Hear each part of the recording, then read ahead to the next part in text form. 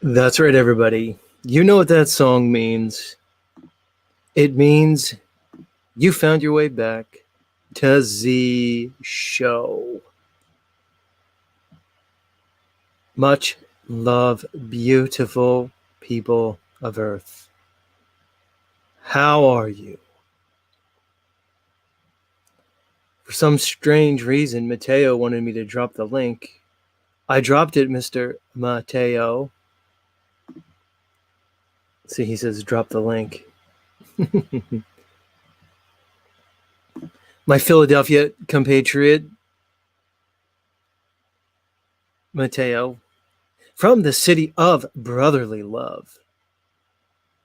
So, I have to love Mateo because he's my brother. Even though there's something wrong with his phone because he's been trying to get up for days now and he just drops out. At this point, I think he's just playing with me.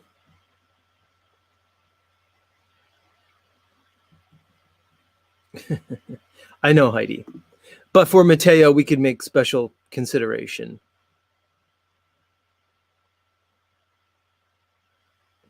Some people get, special treatment around here in Z Show. He's earned the right. He's earned it.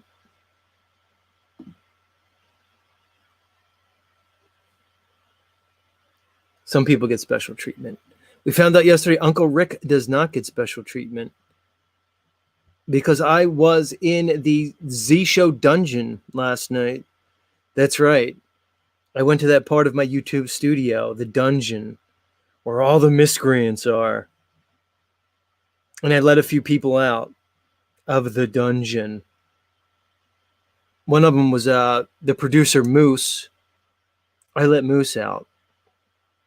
Even though he is a metaversal miscreant, for sure. But I let him out because he seems to have a heart. I mean, he might not have a brain, but he's got a heart. And that goes an awful long way with yours truly. Somebody with a nice heart. Because I realized that, I don't know. And then I let Christy Lee dolls at a Z Show dungeon. But not really anything to do with her heart. I mean, her chest, so I'm in the same region, but not her heart. It was mostly those big, beautiful breasts that she has going on. So you're saying there's a chance, Christy. I mean, even at this point, if it's like a 3% chance with Christy Lee dolls, like a long shot, I figured that was enough of odds to let her back on Z Show. She could be as sassy as she wants. She'll probably get banned again. That's if she comes back. But I put her to the test because, I've seen her on like a lot of flat Earth channels, kind of roaming around, like looking for somebody. I kind of actually felt bad for you, Christy Lee. Are you listening? She was like, Mad Max laughing. Yeah. She was like roaming around like different flat Earth channels, like random ones, like videos and stuff. And I felt bad. Like, I'm a sucker for these ladies. I really am. I really am. If you guys only really knew what a sucker I am for these ladies. Heidi says, did she say you have a chance? Where's her new boyfriend? Well, come on. Which new boyfriend? Like, how new are we talking about? Is her third ex-boyfriend still a new boyfriend if it's been 3 months? Come on, new boyfriend. Give me a break. Have you looked around, Heidi, at the dating pool, the signs of the times? It's crazy. Everybody's just single. Doesn't matter. If you're married, you're still single. It's just kind of a free for all, everybody. Welcome to the new age. Right. Unindoctrinated says it all depends on what your definition of chance is. Maybe it's all depends on what the definition of is, like our friend Bill Clinton. Maybe that's what it. But either way, you're right, Ryan.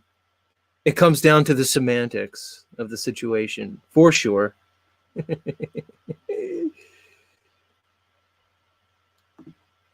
Somewhere in the Times says, Z, many highlighted chats aren't seen by me because over a month ago blocked anyone with daddy in their name. Anyone that changed to something hilarious, very tiny. I don't know.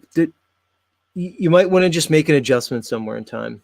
What you can do, if you go to the top of your chat, you see the not the wrench, but the gear where it says chat filter. Go to, instead of top messages, hit all messages, and you might be able to see them. Who knows? But much love somewhere in time.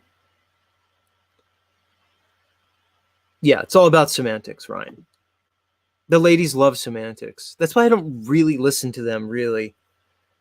And it helps because I don't put them in positions of power over me. Not anymore. I learned. I learned. Hey, guys, young guys out there, don't be entering into legal contracts with these ladies. Try not to enter into legal contracts with anybody, ever. It's not a good idea to contract. There's really no need for it. That's an illusion.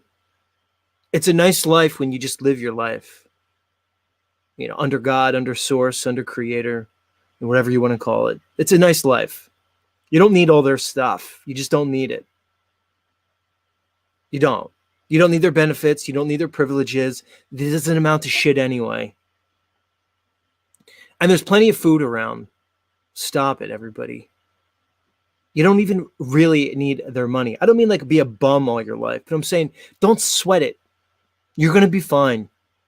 If you have morals, principles, values, you're going to be okay. You'll be just fine. You'll get through things in life. Don't let them scare you. That's just somebody else's idea of what success is that's scaring you. You don't have to do that. That's their biggest thing. It's fear tactic. What about lawful contracts? Well, again, we can get into the minutia there, Clint, if you want. A lawful contract, Clint, is basically your word. How's that? Your word should be your bond. You know that, Clint. Back in your Roadhouse Adonis days, you knew that. Word is bond. Word is a bond. That's your contract. Your contract is your word, your handshake. That's all. That's all you need. You don't need to sign anything. That's crazy. Yes, your word, Heidi.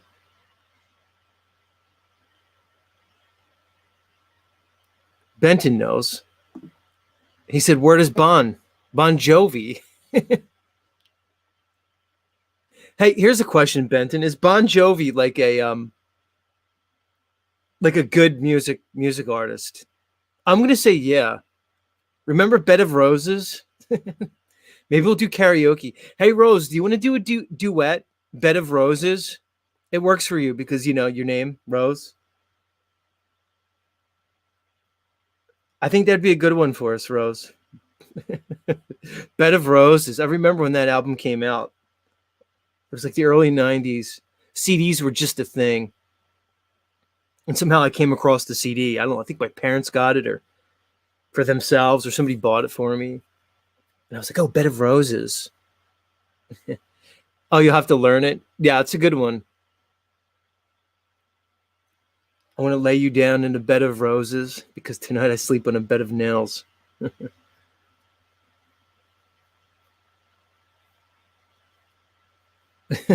Rose says she's leaving right now to listen to it. I'm surprised you don't know that one, Rose. We don't like have to do it tonight or anything. What's Tommy saying? List of all Bon Jovi songs that are cliche sayings. Yeah, every song is like a cliche saying. Much love, Bon Jovi. I believe his real name is John, like Bon Giovanni or something, like Bon Giovanni. He has beautiful hair. He always did.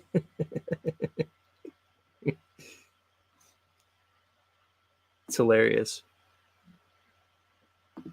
But he's a good singer. I don't know if you guys heard, anybody who's listened to me, I have a theory that there's no more like good singers anymore. They're gone. Like there was a time of good singers. Let's just say from like, I don't know, 1940 something to like 1990 something. There was like a 50-year period of like great singers. Singers were just falling off trees. Beautiful voices, golden voices, one after another. And the crooners, the Sinatras, the Dean Martins, the Sammy Davis Jr., even those guys like the Nat King Cole type of guys, Bing Crosby, golden voices, amazing voices. Guys that are throwaways that you don't even talk about anymore. Not even mention rock and roll. Amazing voices in rock and roll. Amazing. Jim Morrison with that beautiful baritone. He was a drunk stoner, like acid head. Apparently his dad was admiral for the Marines or something in the Gulf of Tonkin. And they say Jim Morrison was like a CIA plant. Okay, maybe he was, but he still had a golden voice. His voice was amazing. Robert Plant, Led Zeppelin with that fucking voice of his. David Bowie. Even Elton John. And of course, Freddie Mercury. Probably the best voice ever. And I haven't even hit the females yet. Whitney Houston from the late 80s, early 90s. Golden. And so many more. Etta James. So many. What happened to the voices? Everybody lost their voice. Yeah, it's weird, Clint. Capricorn just random said, I love Cat Stevens. I love Cat Stevens too. That makes two of us. And of course, Nathan Sanders has a golden voice. But even still, where have all the voices gone? Yeah, Bon Jovi had an album titled New Jersey. He's from New Jersey.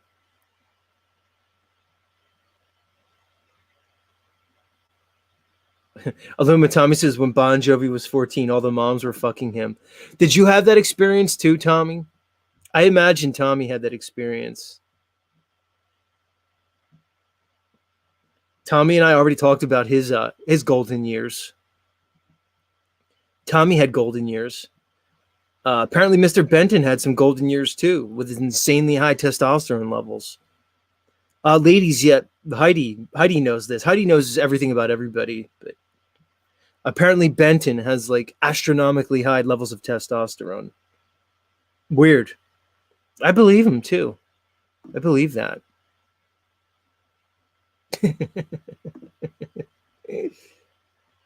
Yeah. Why am I talking about Benton's testosterone? It's a little weird.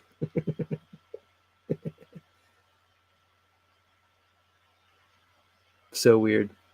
Yeah, his name is Yusuf Islam. Cat Stevens.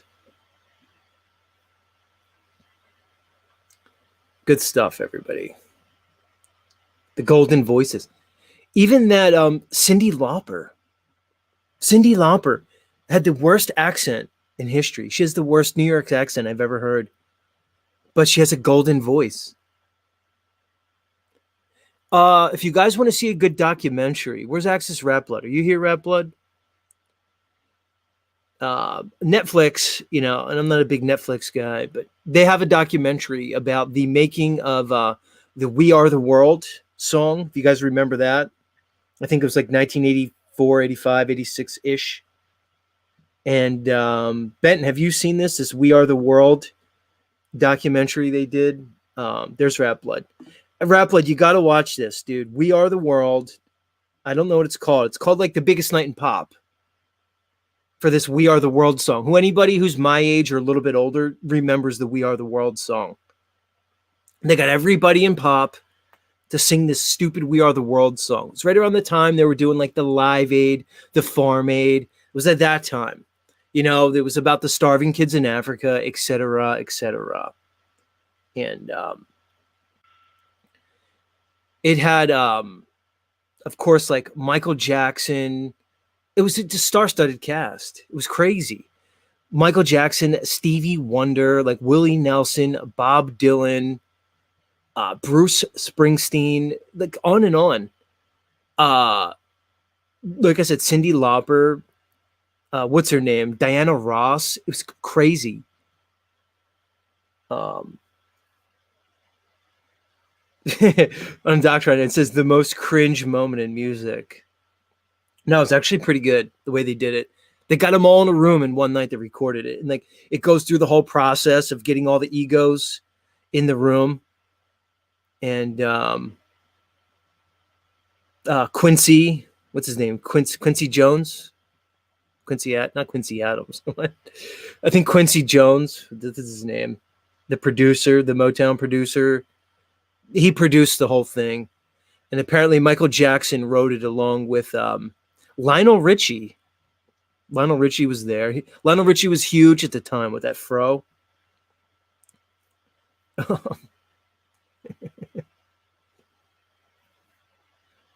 Yeah, we're the ones to make a brighter day. That's right, Capricorni. You got it. They all had golden voices. Try to do that today. You'd have a bunch of idiots in there. What are you going to do? You're going to get what? Justin Bieber in there with like Megan Thee Stallion and Kanye? It would be a total shit show. It would be horrible. This was no auto tuning, just their voices, just a music track.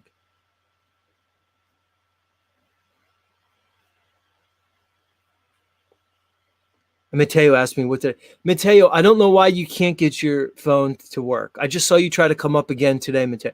Mateo, why don't we just do this? See, I'm gonna have to just break our communication down to a very simple level with you. Instead of asking me what I ate for dinner tonight, all right, why don't you explain to me what changed with your phone and why it doesn't work anymore? I mean, maybe do that, Mateo, and then we'll go from there.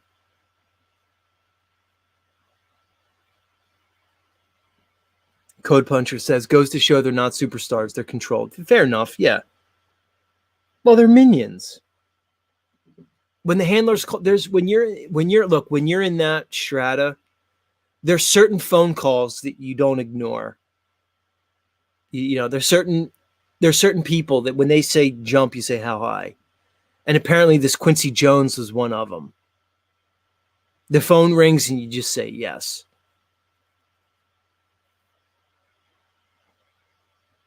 Who else was there? Kenny Rogers was a part of it. What's his name? The guy from Hall and Oates. I don't remember if it was the Hall or Oates. One of them. I don't want to go off on the We Are the World thing, but okay. Mateo says, I don't have Wi-Fi. All right, Mateo. So now why don't you have Wi-Fi? See, now we're going to get to this. He said, I'm out. I'll leave you alone, Mateo. I'll leave you alone.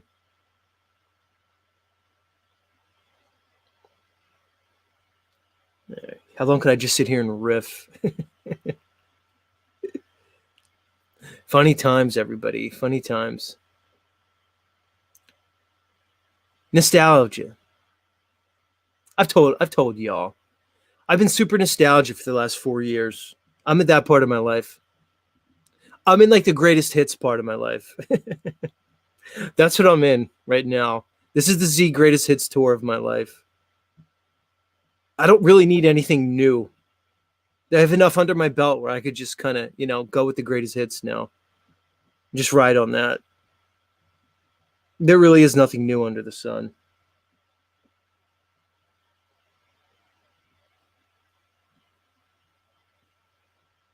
Clint, Rose and I have a number of duets. Rose, I lost our duets. I'm sure you still have them. They were on my old phone, and I didn't transfer any of the apps over. So the app that I had our duets on are gone for me. What do you? Heidi says Z has been through much in 4 years. He's in bloom. Thank you, Heidi.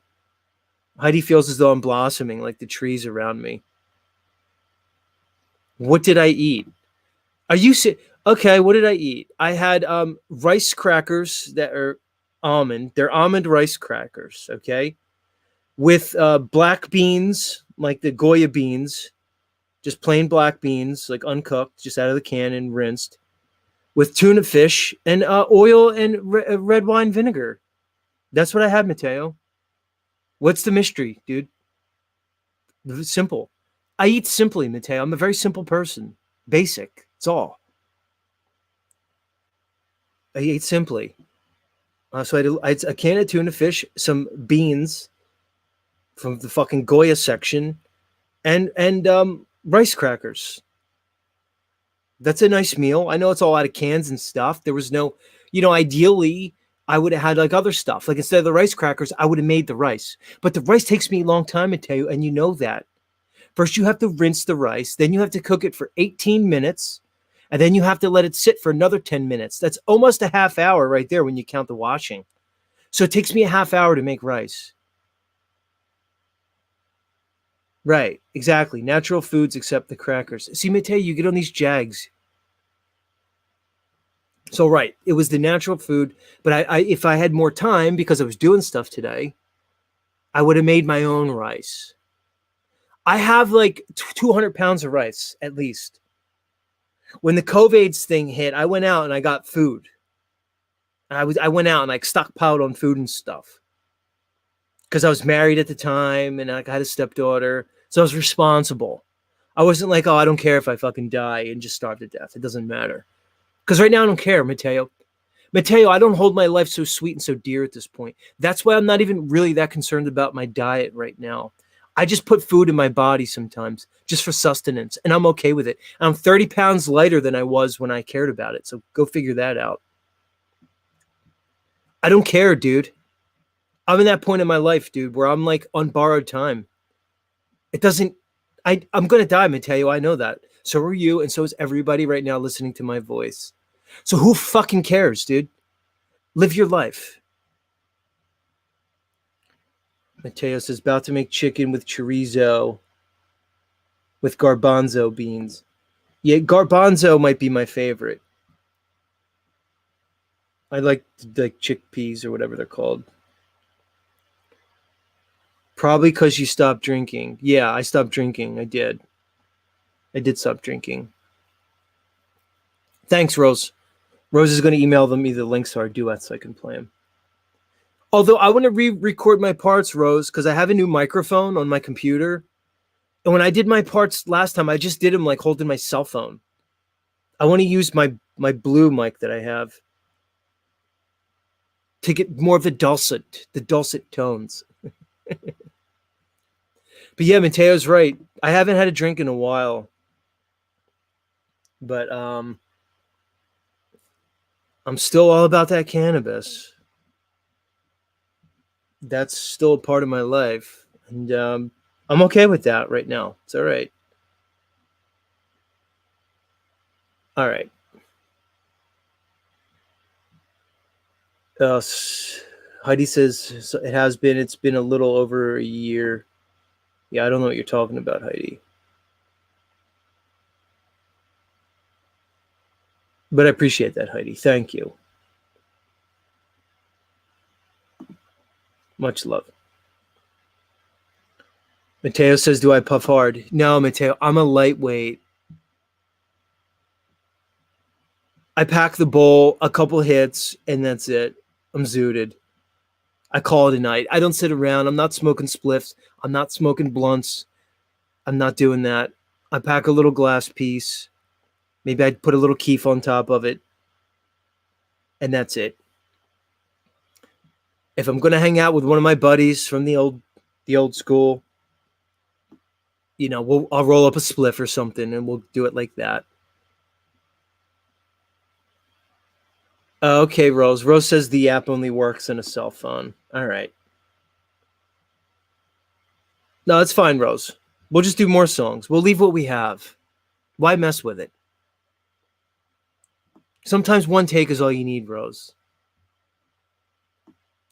I like watching music documentaries sometimes when I need mindless entertainment. And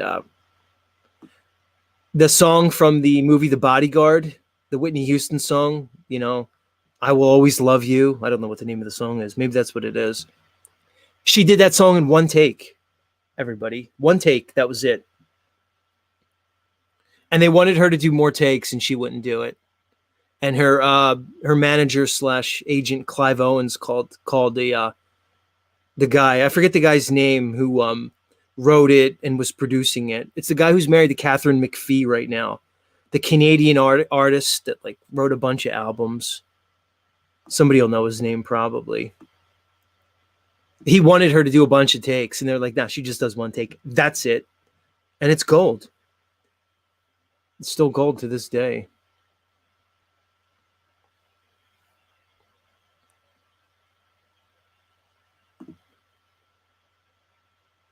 All right, maybe we'll get the Airship Z show off the ground, everybody. But good tidings. Good tidings to all. If anybody new, welcome. Welcome. You never know when new people tap in. It's a big internet. And if you're here, just know that I appreciate it. And it means you have good taste. There's good people here. It's not just about me. It's about the Z community. And I know there's miscreants here, of course.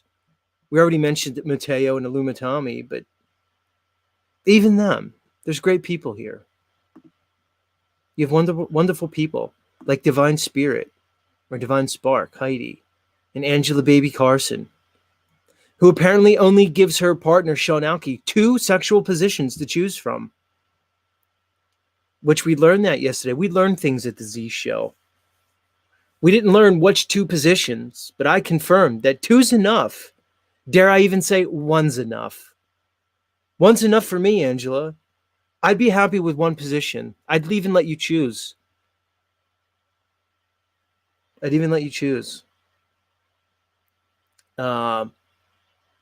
a missionary guy. I'm just saying.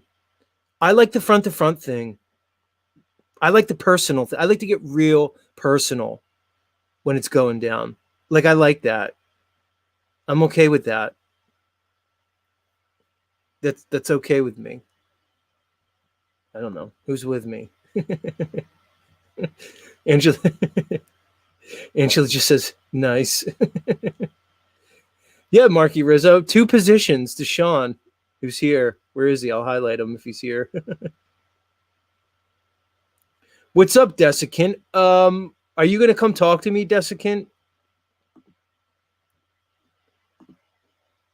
Maybe you'll let me check up on you, Mr. Desiccant, see how you're doing. I haven't talked to you in a year, homie.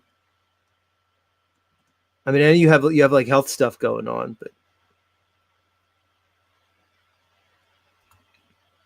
all right, let's get the show started.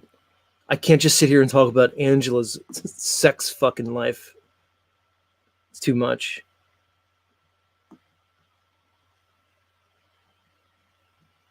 It's too much.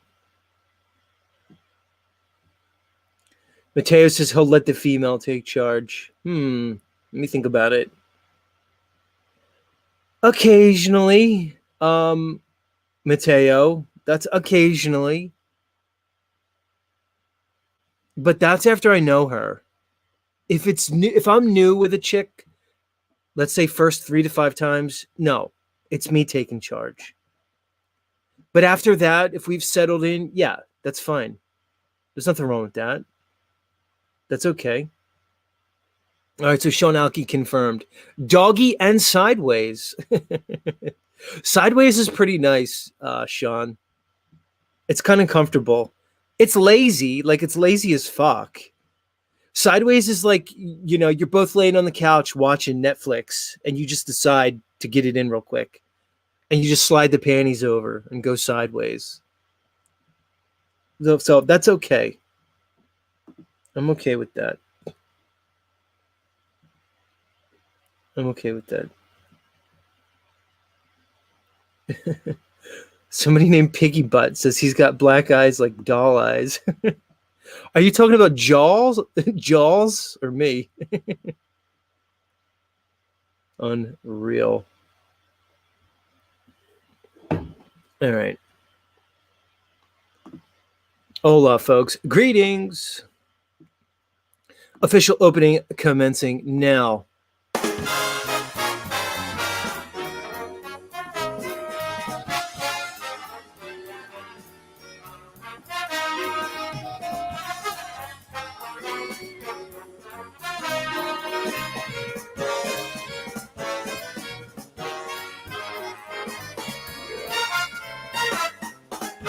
Good evening, everybody. Greetings and salutations. You found your way back to Z Show. That's right, folks. It's the end of the rainbow, the bottom of the rabbit hole.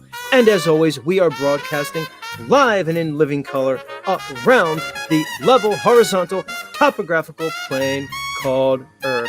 That's right, everybody. Strap in. You found your way to the kookiest place on the internet. We have all kinds of characters here. It's crazy. We have guys like Jeff Harmon, who apparently is a big ladies' man, even though he doesn't drink. We have the new person, Piggy Butt. Who knows who you are? I don't know, but welcome. And we have Angela. 2 positions is all you need. Much love, everybody. Strap in. It's going to be a fun time, as always, here on the show. Let's do the ceremonial greeting of the chat. Queen of Swords, much love. Mad Mac in the house. Solver missed, of course. Piggy Butt.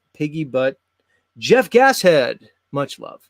Harmon Walker, ruled by Saturn. Angela Baby Carson. Emilios Man. Gematria Wombat. My new favoriteest name. Rose 777 5.0. Somewhere in time. Desiccant, he's back. He's off the grid. And he's better than ever. Emilios Man says, what if children are listening? Too bad. They need an education too. El Pistolero, don't call him wizard. He's not. He's somebody completely different. Mateo wants to get on the show, but can't get his equipment to work. Origins of Beingness and Attainment. Much love. Sean Alke, again, doggy and sideways. Good enough. Reverse Cowgirl, says Solver Miss. That's too much. That's too much for me. When it starts getting acrobatic, it starts getting dangerous. And I like to reduce danger when it comes to sex. I don't need that. It gets nuts. You know, Dennis Rodman broke his penis twice? 2 times? 2 times he broke his penis. Lubas broke his penis just once. Why do I know that Lubas broke his penis? That's weird. Steve, the head motherfucker in charge, and so many more wonderful, beautiful, amazing, stupendous, outstanding, superlative people. That's right, folks. Welcome. Settle in. We have some great truthiness for you on the way. As always, we will be doing an open panel right about midway through the show, which is always fun. You'll have a chance to chop it up with your pal Z, of course. But in the meantime, please listen to the musical stylings of Mr. Lucky Haskins. More Z Show in 2 minutes and 52 seconds. Don't go anywhere, anybody. Much love. Lucky, take it away, good sir. Where are you? Sing along. I know you know the words of this one, everybody.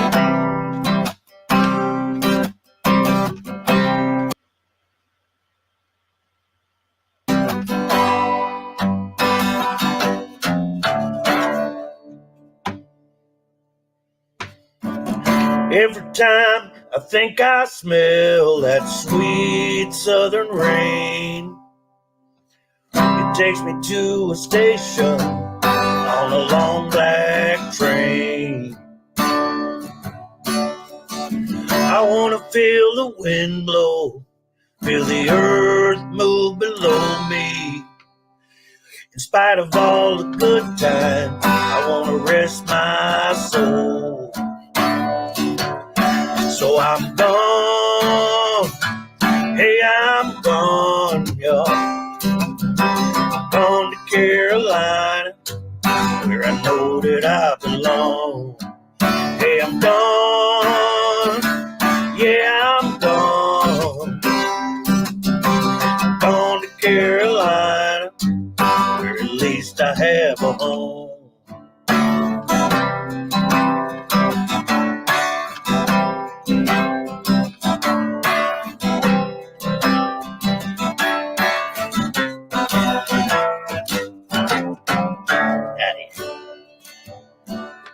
Oh, yeah. And every time I think I see your face in a cloud, it's like a bell inside of me, and it's ringing out loud. I've been so high for so long, yeah, there's nothing tried nor true. Thinking about coming down, make love on you. So I'm gone, hey, I'm gone. Gone to Carolina, where I know that I belong. Yeah, I'm gone, hey, folks, I'm gone. Gone to Carolina, where I know that I belong. Yeah.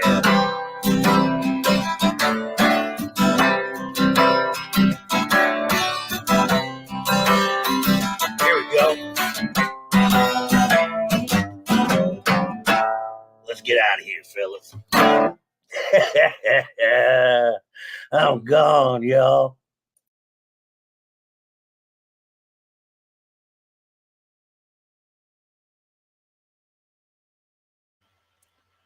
Much love, Mr. Lucky Haskins. He's gone. I'm gone.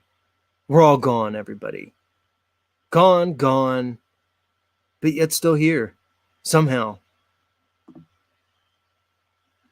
Gone, but yet we remain. That was Bon Jovi-esque. Because I'm wanted dead or alive, baby. Awesome. Mr. Lucky Haskins. Why am I on your... I'm on this Piggy Butts channel. This Piggy Butt came in my chat. And I'm like... certain names and icons just catch me. So I'm like, what is this Piggy Butt about? So I'm like going to her videos. Fortnite gameplay. Thinking about Rome. My dream treehouse. Wow, people are so funny. What an amazing world we live in. There she is. Look at this. It's a disaster born from a bitch and a bastard. Angels to the left of me, demons to the right of me. Eternity fighting to gain the love that's inside of me. I tried to do what's... I'm assuming they're song lyrics there, Piggy Butt. Maybe it's Bon Jovi lyrics. I don't know. Much love, everybody. All right, let's get into some stuff. What can I present to you tonight?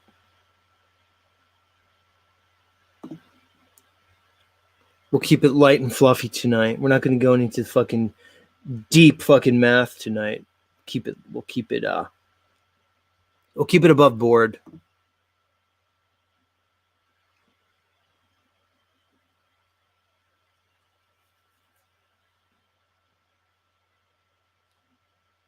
Start off with this.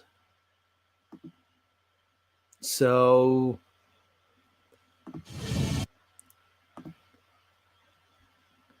let me get this up.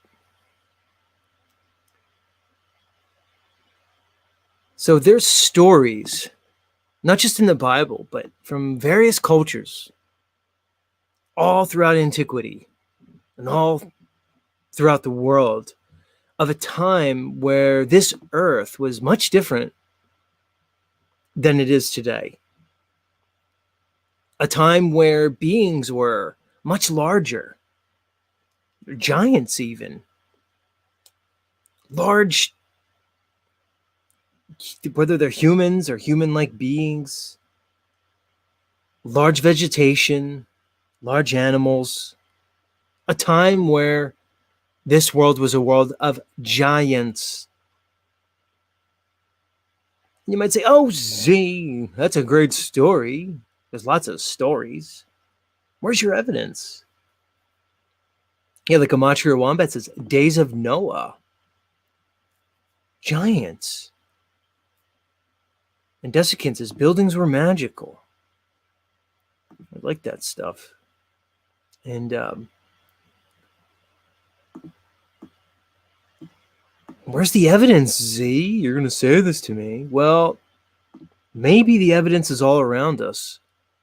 Maybe we're just not aware of it.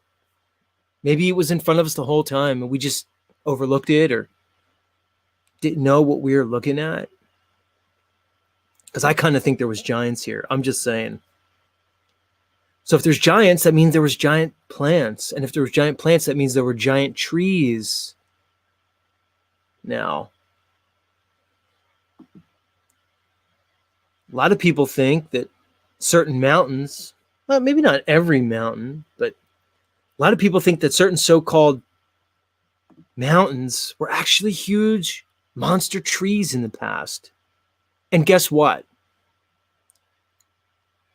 After some of this evidence we're about to look at quickly, it's only going to take a couple minutes. I wonder what you'll think. Let's take a look. Are mountains trees?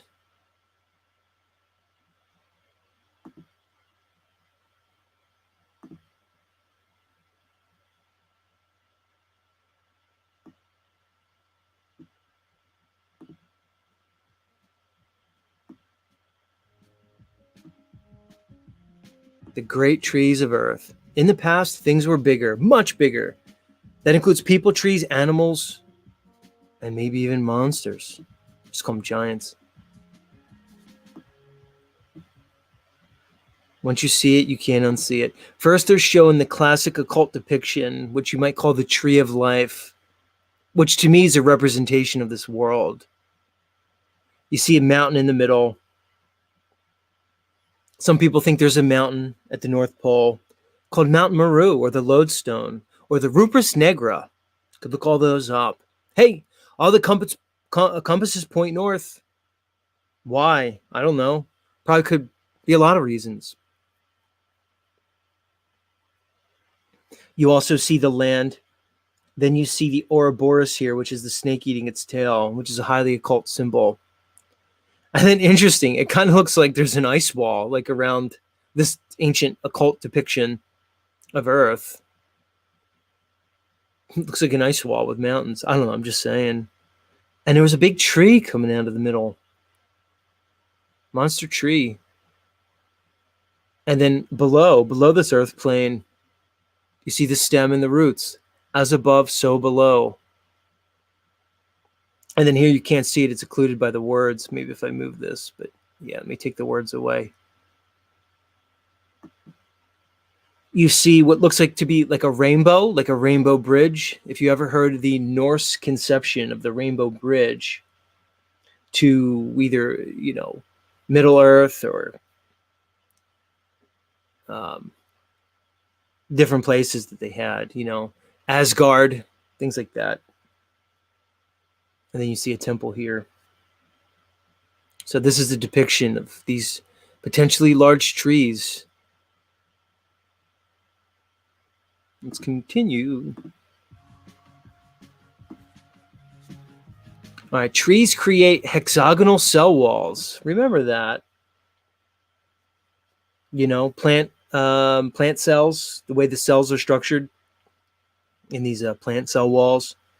And how they basically connect into these large structures and form these hexagonal shapes. These are supposed to be mountains, but if you look at them as tree stumps, you almost can't unsee it.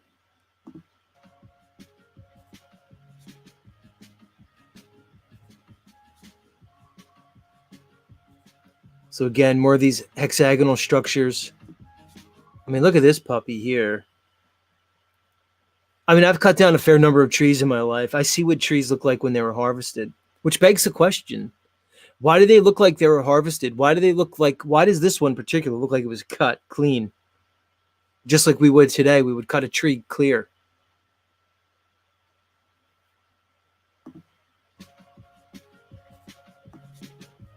Here's another one. I think this one's the Devil's Tower one here in America, the American West, classically portrayed in the movie Close Encounters of the Third Kind. Steven Spielberg movie. Creepy. There's another one.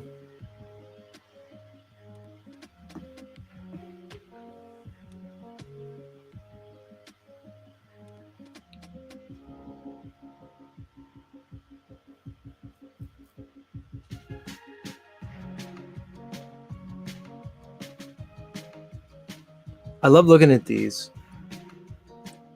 It reminds me of the mystical nature of this world that we live in. This world that is trying to be defined by the controllers as just an accident, particles interacting, random chaos, no purpose, no meaning. That's the world they're trying to tell you live in. Why? Because it benefits them to do so. If they told you the truth that you live in a mysterious, mystical, wondrous, magical world, you may think differently about yourself, your importance, how strong you are. So this is just a reminder, everybody,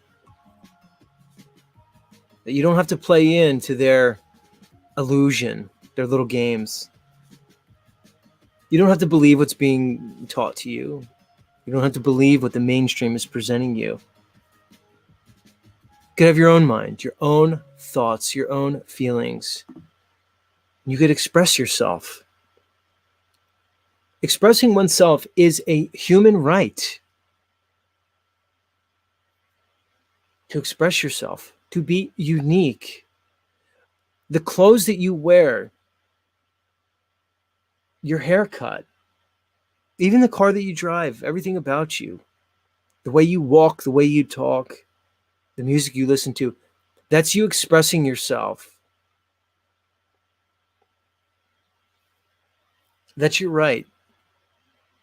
And I wanted to point out again, back to this tree of life, I want you to see they have the eagle sitting at the top and the serpent on the bottom. Again, the two archetypes, the eagle and the serpent. These are the dualistic archetypes that we see throughout the presentation of the deities or so-called gods throughout the times. The eagle and the serpent. The same in nature, different in degree. They're the same. Many think the representation of the eagle goes back to the Sumerian god Enlil, and the snake would be his brother, Enki. Others think that the winged eagle was actually more of a depiction of a almost like a phoenix character, plumed serpent, phoenix, or even a dragon. And then the snake would be that same entity, but without its wings, grounded to the earth. And that over time, it just became an eagle.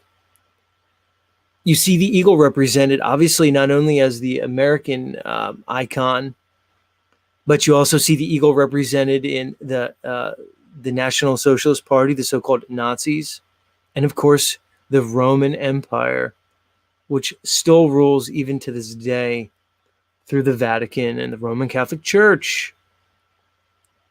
The eagle icon is ubiquitous amongst rulership now. But where's the snake? Where's the other half of that coin, the other side of that coin? Everything is in balance in this world.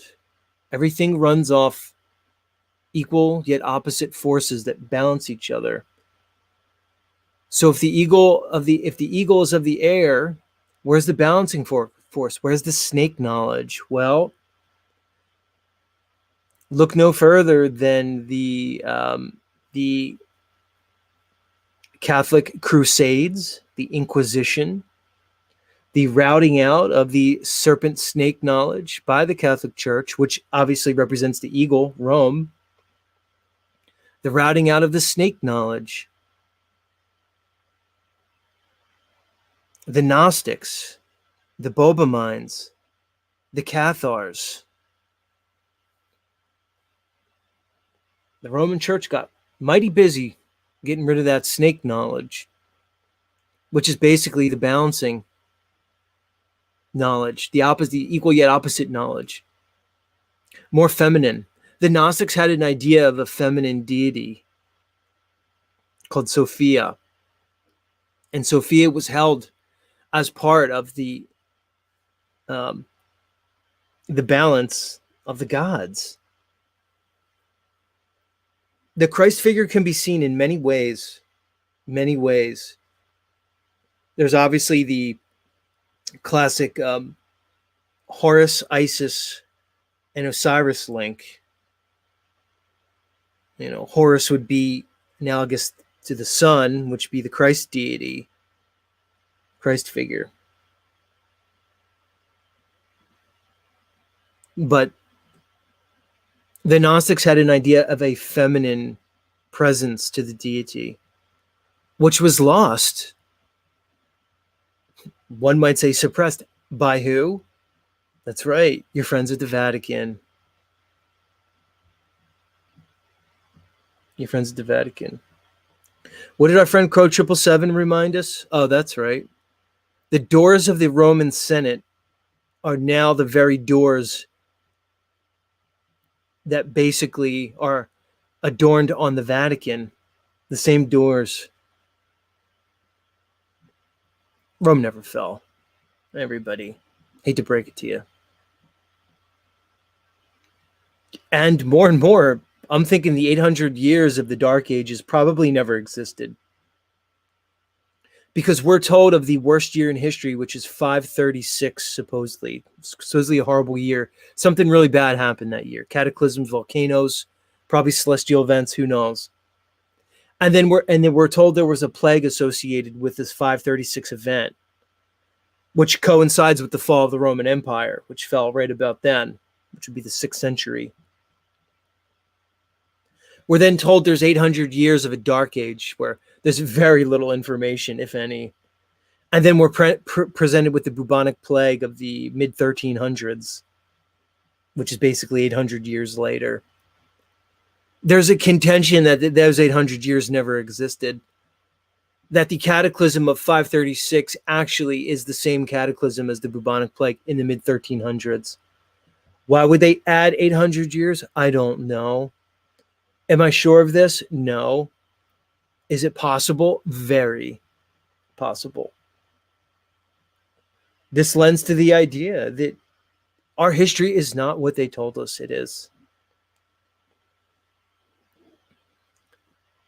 I was even looking at some of Archaics material. That's right, that Archaics. I drop in on him from time to time just to see what he's up to. And he contends that the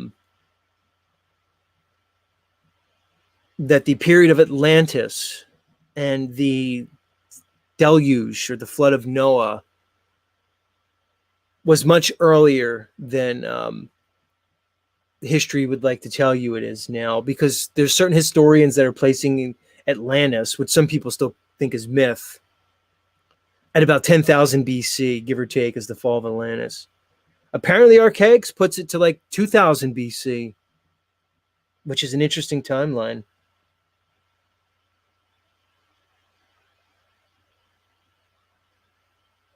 Piggy Butt says, Z, is there any way you can do like some kind of reaction video, possibly? I made a creation story. It's called The Tales of the Infinite Magical Spell. Interesting, Piggy Butt.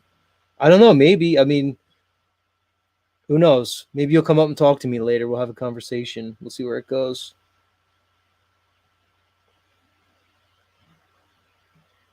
So anyway, there's an interesting history that seems to have been covered up for some reason. And I'm starting to think that these giant trees, may not have been as distant as some may say. You know, we might even be talking about a few thousand years ago, give or take. And people say, oh, well, how could they be mountains now? That look, there's ways that things crystallize. There's ways that things petrify, and petrification doesn't necessarily mean billions of years. Your buddy Z's not buying it. You just need the right factors in play.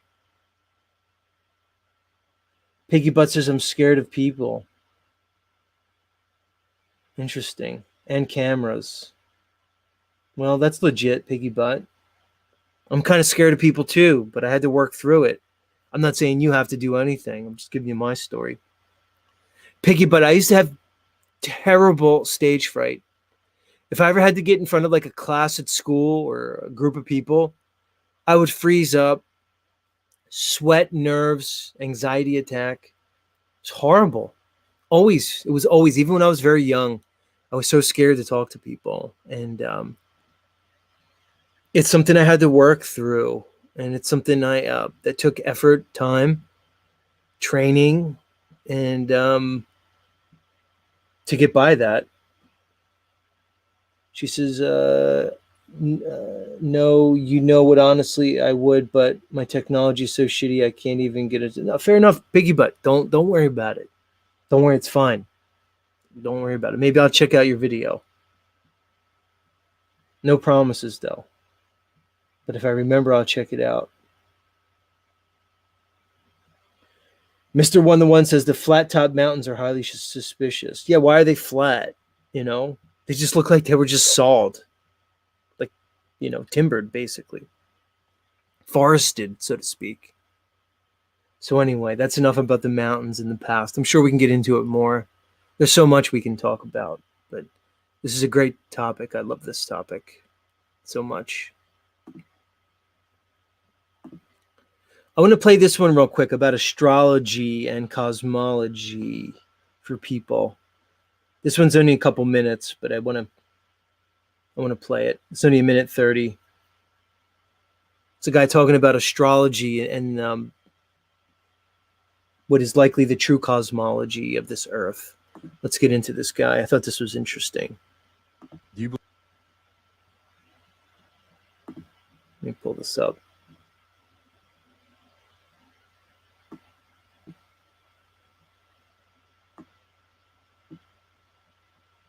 Do you believe the earth is flat?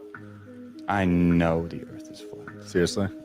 Astrology and flat earth or true earth are symbiotic. You cannot have one without the other. If you have a ball and you are spinning, flying through space, chasing this fireball, your constellations will change every now and then. And our constellations have never changed. Right, our constellation. Oh, I love this stuff. Because it's like the same thing, like people who are into religion and Christianity, but they want to talk about space and globe, they don't jive. You get it, guys? You can't be a Christian and believe in space at the same time. That's a fail. You failed if you've done that. Like, you're fucked in the head forever. And in the same way, like this guy's saying, you can't be an astrologer and believe in astrology and also the scientism world that they're presenting to you of space. You can't do it. It's just the earth and then the stars above, the stars that don't move, relatively speaking. If the stars are going to affect us, we can't be wobbling and spinning and zooming. That's goofy. It's just the world, guys. That's all. Let this guy continue. He's doing good. Plus, he has perfect facial structure and nice hair, ladies. The stars have never changed. We have the same 12 zodiac signs that we had back in the Dendera stones in Egypt over 5,000 years ago. We're not moving. Every single ancient society knew this. The Mayans, the Aztecs, the Hindus, the Egyptians. Did you hear what he said? The same stars in the whatever stone he referenced from the Egyptians thousands of years ago. They had the constellations mapped, everybody. They're the same constellations. They haven't moved. It's wonderful. You live in a wonderful, beautiful place. It's mystical and magical. It's special. Don't forget it. That makes you special. That's the point. That makes you special. You're not nobody. You're not insignificant. You are powerful. Every single ancient culture knew that we live in a geocentric universe, not a heliocentric, where we are spinning, chasing this ball of fire while all of these other planets are rotating around us, while all of these other stars are rotating around us. If that was the case, Polaris would move, number one, which is the North Star, and it doesn't. Number two, all of the constellations would not rotate solely around Polaris, but they do. Therefore, we are the center of the universe. Believing in the Big Bang Theory is something that is very common today, where people think, we're the product of an accident and that, we don't have a creator. We're just here to consume and live our best life and not live up to our potential. But if you're the center of the universe, that means that you're very special. That means that you have a creator who is very conscious and cares about you. And when you see yourself as being watched by these heavenly bodies above you 24/7, you start to take your life a little bit more seriously. Watched by these heavenly bodies 24/7. I like the way he said that. Because it seems like these heavenly bodies are sentient, energetic. They're affecting you. You might be affecting them. This is an enclosed energy system, all of it. Everything's connected, everything moves, everything flows, everything influences. It's all together. There's no separation. No separation. All right. I'm going to get to another thing. This next video is a very special video.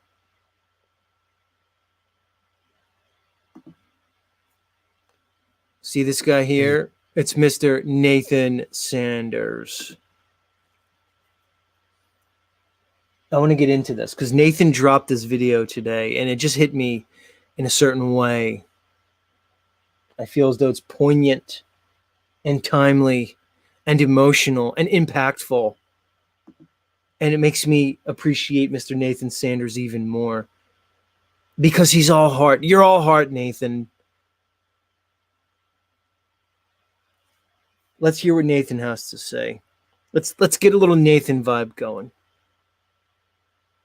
I tell you, just scrolling through Twitter, X, and seeing footage and seeing what's happening in the war over in the Holy Land. What's holy about it? That's what I want to know. And if there was something holy about it at one time, it ain't there now. I mean, my God. Right, like he's saying. Like, who gives a shit? The Holy Land. It's just desert, guys. It's just stories and desert and narratives and control. It's goofy. Hey, you know where the Holy Land is? It's the land that you're standing on right now. It's all holy. It's yours. You don't need a deed. You don't need a title. You don't need a mortgage. It's all holy. It's given to you by the Creator for you. There's no Holy Land. It's all holy. Thank you, Nathan. I love when people like Nathan just point out the simplest, most beautiful things and just sum it up so perfectly.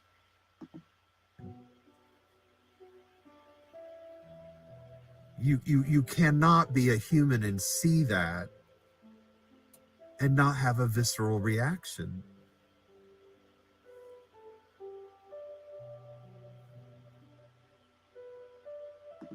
I'm amazed at people, at human beings now.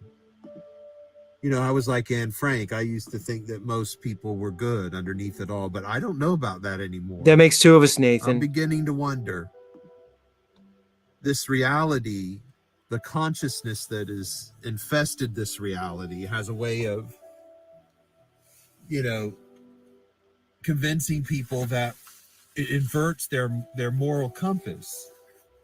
They actually think they're being virtuous and they're on the right side, and they're not. They're in great evil and wickedness of what they're doing on all fronts. I've never seen anything like it. I'm not going to mention anything specific, but for the last 4 years,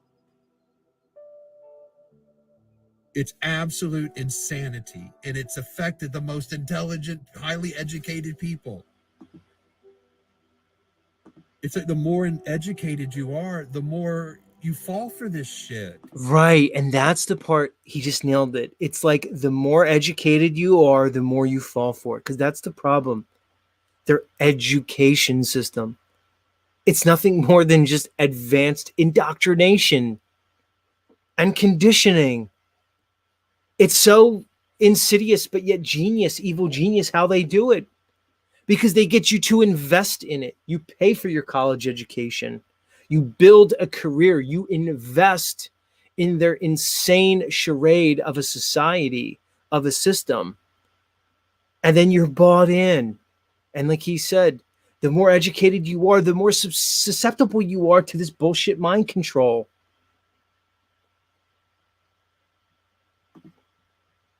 It's pure indoctrination. And that's why that's why it works so well. People say, oh, my doctor said this. Oh, well, the science says this. Trust the science, Z. Don't you trust the science? What?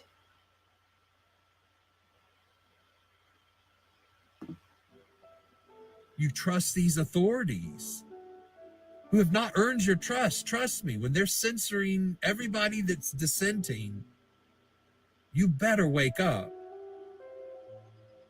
This is not the world we were in 23 years ago.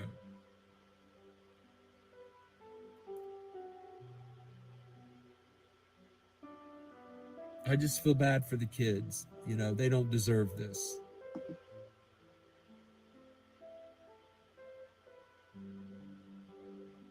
I like how Nathan has music on this.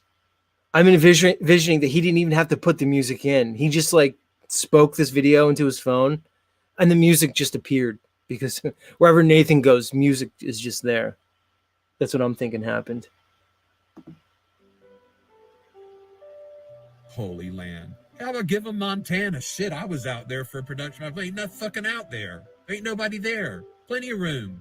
Make Montana the goddamn holy land. So Nathan thinks everybody like in the Middle East, like Palestine area, should just move to Montana. That's not a bad idea, Nathan. Or maybe one of those weird Canadian provinces. They'd probably hate the cold, though. There's got to be somewhere to go. Hey, guys, there's probably a lot more land they're not telling us about. Just saying. Just saying. Who gives a shit?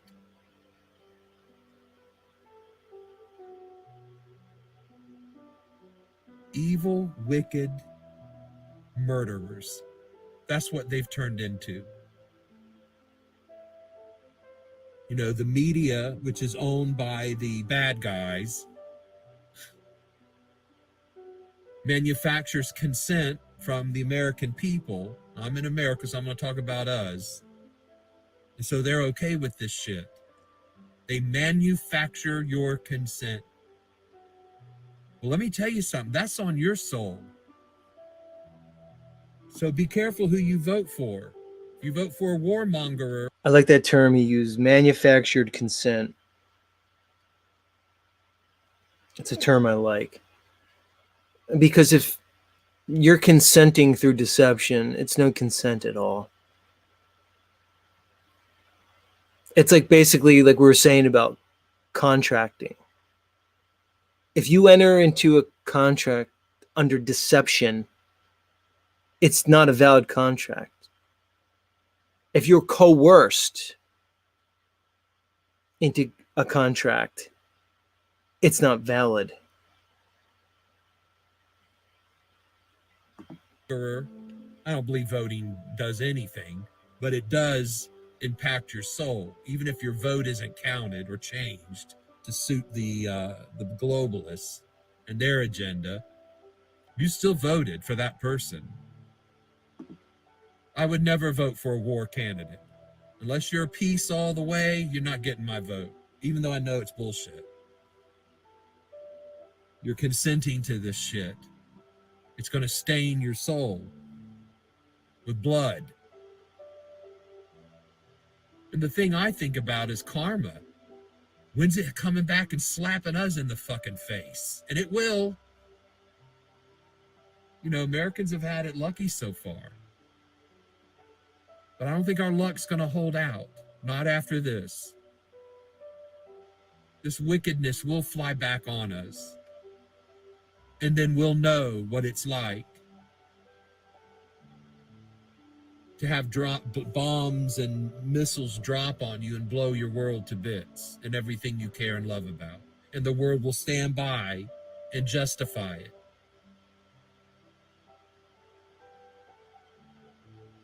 You know, I was talking to my cousin Angie. I said, "Well, I'm going to call it Turd World. We're a turd world nation."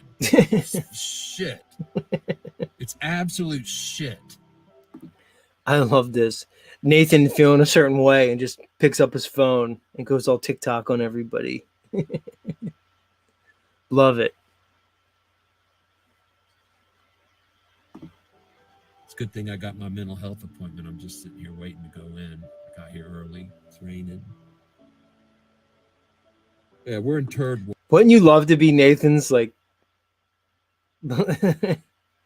his like psychologist, his like counselor? It'd probably be great. Like when you're in healthcare, like there's certain appointments you dread and there's certain ones you love. And I bet Nathan is one of the ones that his counselor loves. I was that guy when I used to go like to therapy and shit back in the day when I thought that stuff actually worked and mattered. I was the guy that like the therapist was always like in awe. Like they would listen to my stories in my life as if they were watching a movie. And I remember thinking like, you're too entertained by me. Like you stop being entertained by like my like fucking trauma in my life. Like you're supposed to be my counselor, my therapist, and like you might as well just like get the popcorn out. Like you're enjoying this therapy session too much. Now I'm like entertaining you. That's not helping me. Has anybody else had that fucking problem? Third world. It's all lies, deception, and armadillo shit. The more you know. Yeah, I'm just in a mood. I'm angry. I'm angry that people won't wake up. I'm angry that people that know me, have known me for years, don't believe what I'm telling them. Instead, they'll believe a stranger they've never met, never been in the same room with, who's on a fucking TV screen. Someone you know nothing about. You're going to trust your life, your health, and your kids' lives and health to this idiot on this TV that is being paid to lie to you and do the work of his masters. We've got excess death rate. People are dying. Young people dropping like flies. Wonder why. Yeah, wonder why. And then that bitch at the CDC injecting children with this shit. Get your 10th booster. God almighty knows people. What does it take to wake you up? Nothing, Nathan. Nathan, they're hypnotized, good sir. They can't wake up. It would be too traumatic for them. They're too deep. This is all a mind game, Mr. Sanders. This is mental fuckery to the highest order. That's the thing that people like you and I, Mr. Nathan, have to accept. We have to accept this about humanity. They're not going to wake up. They're not meant to wake up. That's our burden to carry, Nathan. Because I know you care about them just like I do.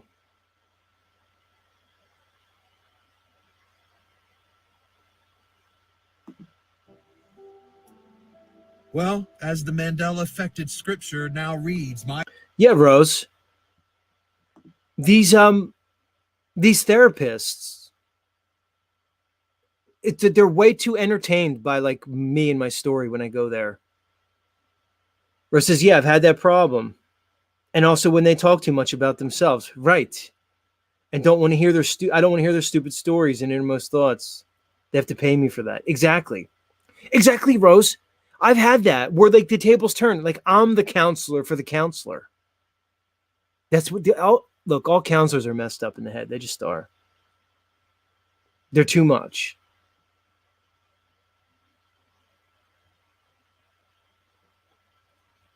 What are you saying, Tommy? I told Z to use it, but he's fig worshiping. Don't ever talk about Nathan like that in my presence, Tom. That's not nice. What did you tell me to use, Tom?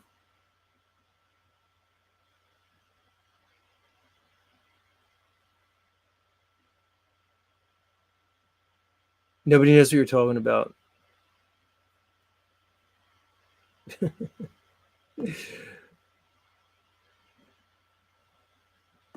My people are destroyed for lack of knowledge. Destroyed. Not perish. That's gone. It no longer says my people perish for lack of knowledge. Now he's saying my people are literally destroyed, killed, murdered, dead for ignorance, lack of knowledge of truth. And that the strong delusion comes because they did not care for the truth. They had no love for the truth, didn't want to know what the truth was. And God allows them to be deluded and destroyed. The strong delusion comes because they had no love for the truth. That's the situation. That's what I'm constantly talking about. There is no longer a love for the truth. That is the number one issue of today. People accept fantasy. They're accepting the illusion, or like Nathan said, the delusion, the strong delusion. They accept it because they're rewarded by it. They're too worried about safety and comfort.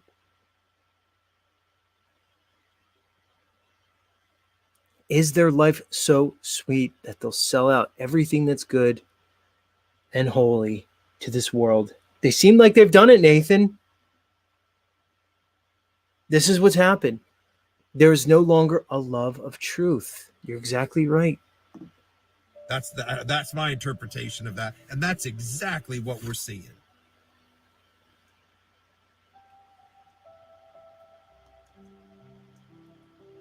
Well, that's my rant. Now I can go in and do my mental health appointment.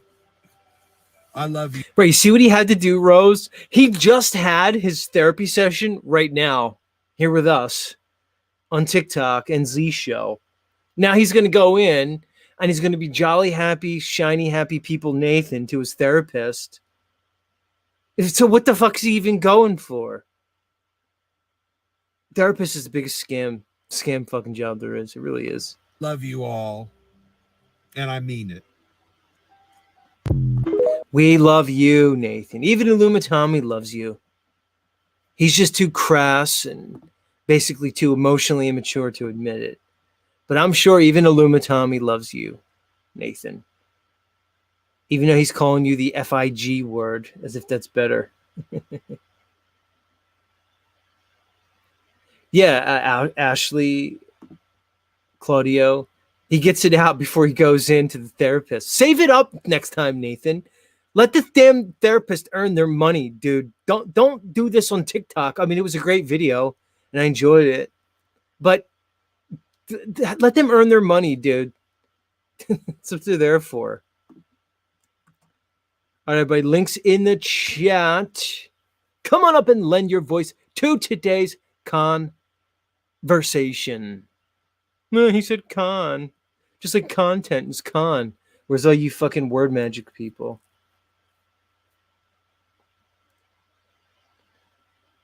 Tommy asked for the link. Okay, Tom, I put the link in. It's there.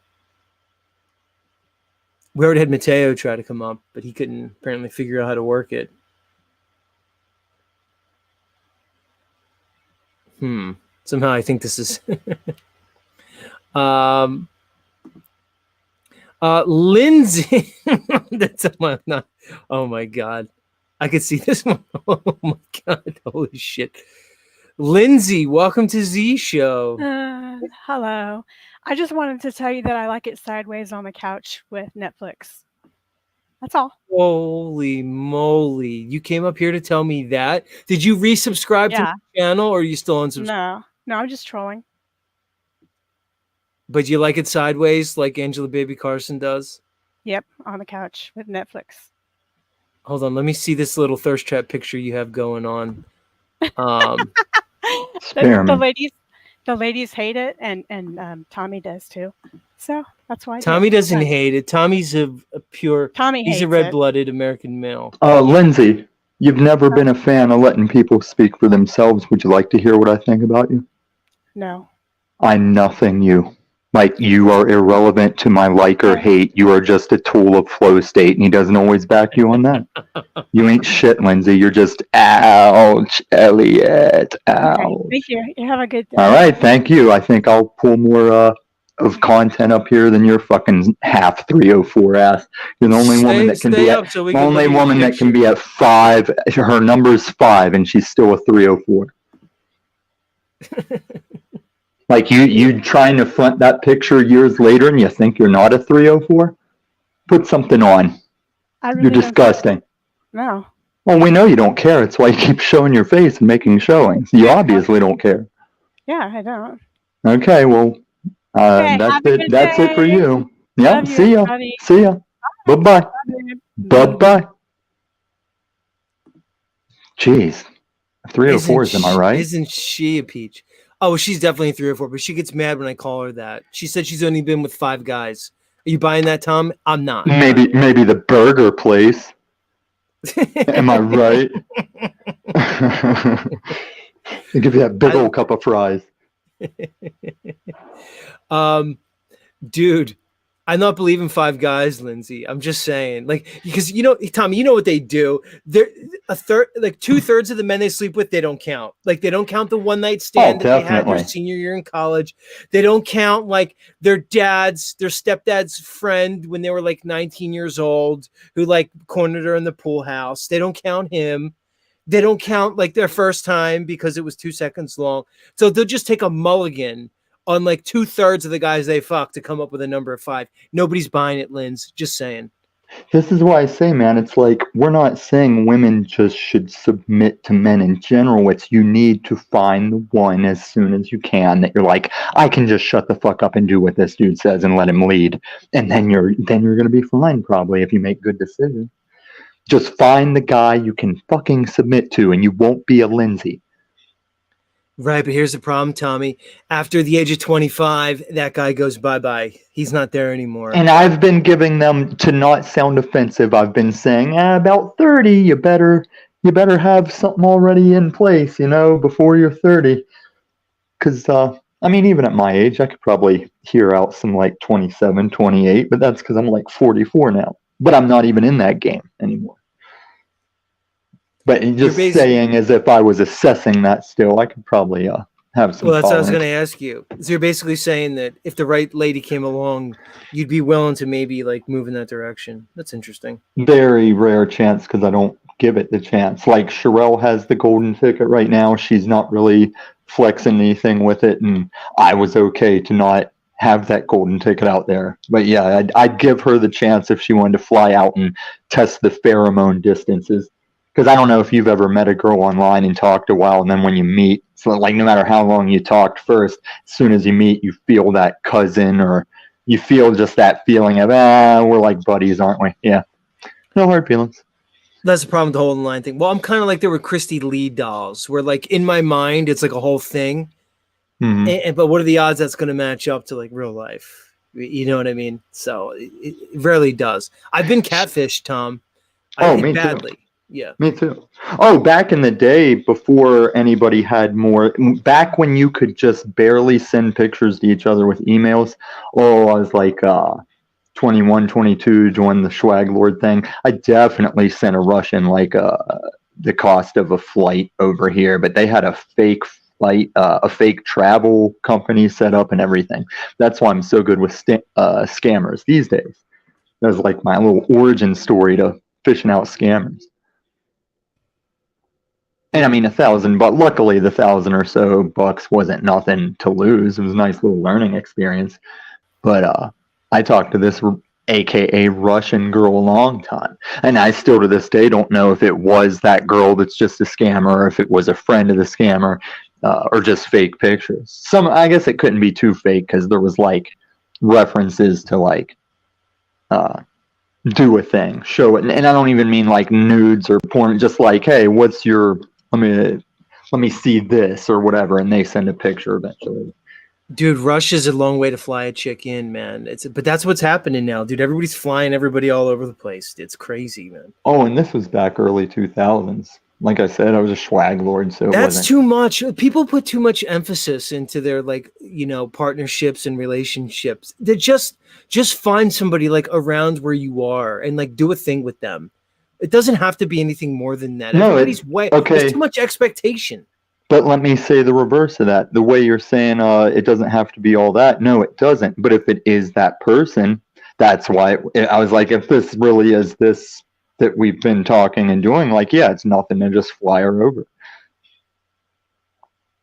Well, I guess it's all relative. It depends. Yeah. Because you got to be willing to be able to fly right the fuck back, too. There's an issue. Right. Speaking about issue, Angela Baby Carson. What's going on with that? She's just another Cynthia. I'm showing her today that she's a Cynthia, where for a couple weeks, or ever since really I started my channel. When I started my channel, it was on a downtime of the other channels we know of to have availability. And when I started it, my streams were kind of like when no one was streaming. So she came around like after almost 2 years of being just another Ian Cuck, or maybe even on Slavia. She's always been a hater. And then when my channel was early, she started warming up to me, asking me for wrenches and stuff. And I've always kept her at arm's distance because I've never had a good interaction with her. And now just here in your chat, she's trying to give me the, oh, well, I guess I won't prioritize your channel. I'm like, oh, well, I guess I don't care about the numbers. And I've never liked you, so kick rocks. She's the ultimate flatty. She's like the cheerleader for Flat Earth, dude. There's no way she's gonna vibe with you. And her priority channel she listed off, I was like, there's not one of those channels I care to associate with, except for still fighting Sav and Stavely for saying I was going to delete them over Shape Debate, which I never did. Sovereign Soul Unchained was he was in my chat last Friday. Yeah, probably fishing. I'm surprised he gets the 80 something. Like whenever I see him at 80 or 90 live, I'm like, who are these people, man? They got to be all boomer. Well, they're flat earthers, man. They're flat earthers, dude. But even flat earthers tell me, well, don't lump me in with Sob Soul. He says plenty of flat stuff. I'll be like, well, no. Like that's what's crazy is among flat earthers, Sob is still like, not us. He's all right, man. I've come around on him, dude. He and I had a rocky start, and he's kind of a prickly guy. He's not an easy guy to get along with. We had a rocky start. Then we went through a phase where me, him, and Flow State were like a cooking thing on everything but Shape. And then because of his son, they took me right back to nah, fuck you guys. Yeah, the son has burned the corporate fiction. Yeah, that guy is very punchable. He's very punchable, I think. That's not nice, Tom. Well, I didn't threaten his life. You get it? See what I did there? So let me ask you, I noticed that we talked about this last time, that you basically now have like you have like a donation like threshold for which that when you hit a certain donation number, you then do your show. Is that going to be a thing for you? Maybe. It depends on need.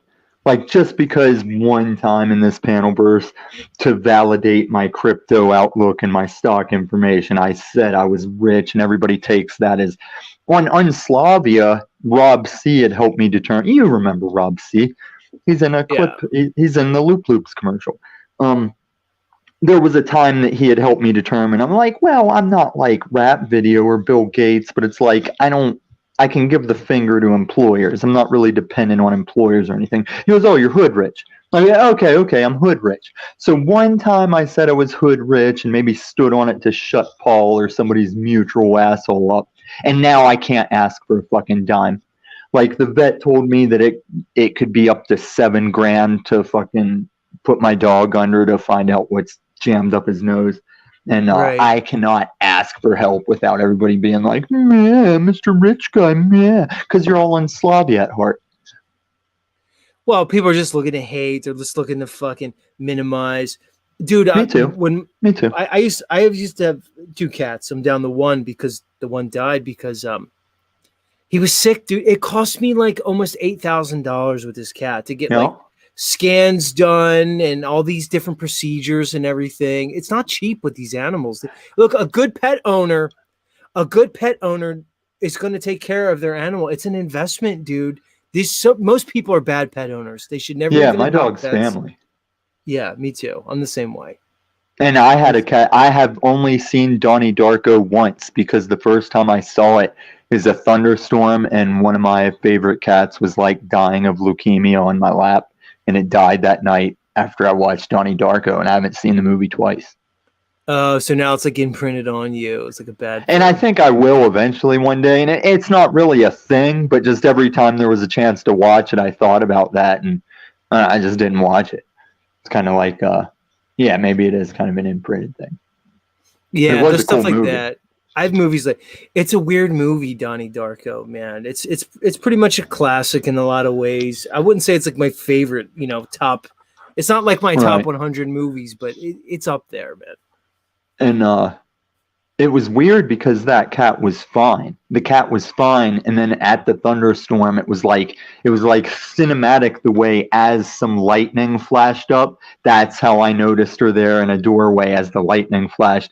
And she was just wet from coming in and shivering, but I could tell something was up. And she just she just laid around on my lap, and then later that night she died. It's crazy.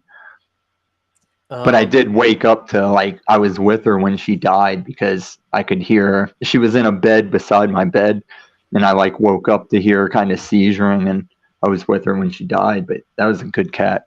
And this dog is the only thing that was with me all the time I was homeless, and all the best throughout the most successful I've been so far in life and being homeless. This dog was always with me.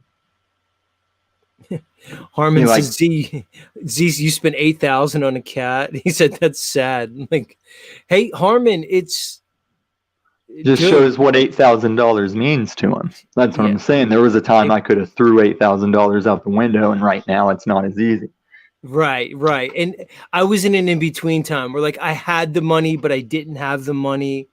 So I spent it all right, here's the thing, Tom. I don't really need much. I don't know where you are. Look, I saw your little cooking show. It looks like you don't really need much either. Maybe some canola. I like the safety net. I don't need to own or have a lot past what I use. But yeah, I like to know that safety net is there.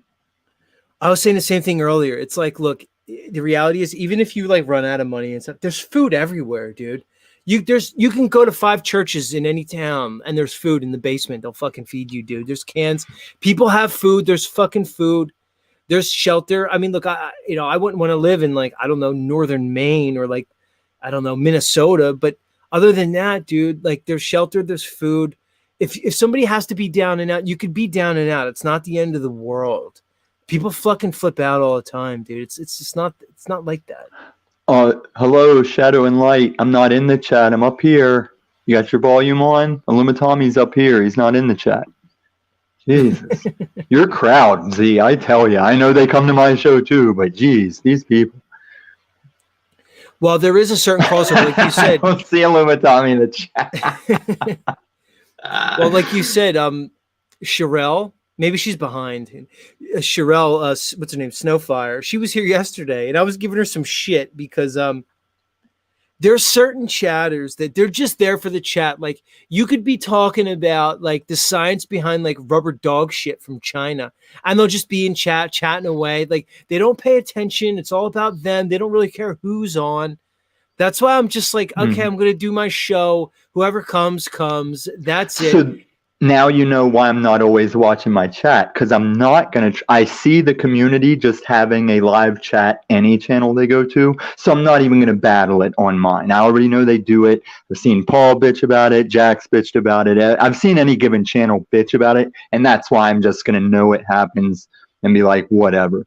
But bring Sean Alke's thing up about my 300 million in XRP. I'd like to reply to that. Sean Alke, longtime hater, he recently says, subbed up. well, that's Angela's like husband. Oh, well, then I guess one of them will still be watching. But He no, says, that's what why not just cash in your 300 million in XRP, Tom? that's what I was telling Razvan. It's like I could lose fingers right now that I'm not going to go to the hospital for, because that stuff is going to pop off this year. Bitcoin will be the rising tide of all these coin ships. And then when that or AMC plays out, that's when my dog gets the help. That's when everything pops off again. And Sean Alke, I've referenced this as long as it's just been me and Unslavia. I've said, yes, a rich guy lives this way because he understands assets versus liquidity. And when Polyboy says he's been in the market for years, I'll say, no, no, no. I'm the one that had to tell you what liquidity means. You were never in the market, bro. You're just fronting. No, XRP is not garbage, buds. You know nothing. XRP is being like, they want you to think that, Sean Alke. They don't want you in. They want you in Bitcoin where they can rug pull at any time. Like, XRP has already been chosen, and I know all of that detail. I can tell you where the deals and contracts are. And shout to Rose777. Between them and me, we've linked the founder of Ripple from an ancient Egyptian bloodline family of bankers to the family they handed it off to the guy who today founded Ripple. Thank you, Sean Alke. Keep homesteading, boy. Your wife's a bitch. Sorry, not sorry. So now that we've lightened up the Nathan thing, I don't think Nathan's a fig. I was just getting at Well, I like Nathan. I like Nathan. Do you like the gay Z picture where Nathan's in the clouds behind your shoulders? Do you like that? I thought it was catchy. Sure, I should blow it up and just hang that like above my bed. Why not? As long as you Google the DayZ cover to see what I was making that off of, it's pretty cool. But now that we're not on that serious tip, would you like to play Loop Loops? I don't even know what that is, Tom. It's a commercial I'm going to use on my lives. Anyone's free to use it as a commercial if they want. It's Loop Loops. It's Loop Loops cereal. What's the nature of it? Who's it making fun of? Paul's Loops. And if anybody, for no reason, he's still calling you a fig yourself. Yeah, he can call me whatever he wants. While Snafu calls him daddy. He's like, Z's a fig, and then the Snafu interrupts with daddy, and it's like, wait, do you see what's happening right now? The daddy thing is extremely cringe. It's cringe as fuck. It's cringe as fuck. It's very prison sex, dude. The whole thing over there is very prison sex to me. It's fucking, I can't have it. No. Well, I appreciate it. It's now one of those channels where you can send all Snafu, Bex, Ken Before the Storm, whoever. They can all... That's why I don't mind it, dude. I know they all got orders not to be here, and that's fine. That's actually what I wanted. That's funny, because Paulie doesn't have himself orders not to come to mind, but then when he does, he chooses whether winning is coming up or not coming up in real time, or after he's left. Hold on, Clint. Why don't you just come up here, Clint? Clint is tired of you. Rando name I've never seen on panel. Come get some. You've seen this guy before. Is he unslaved? He was like a long time ago. He's the urban Adonis, really, is what he is.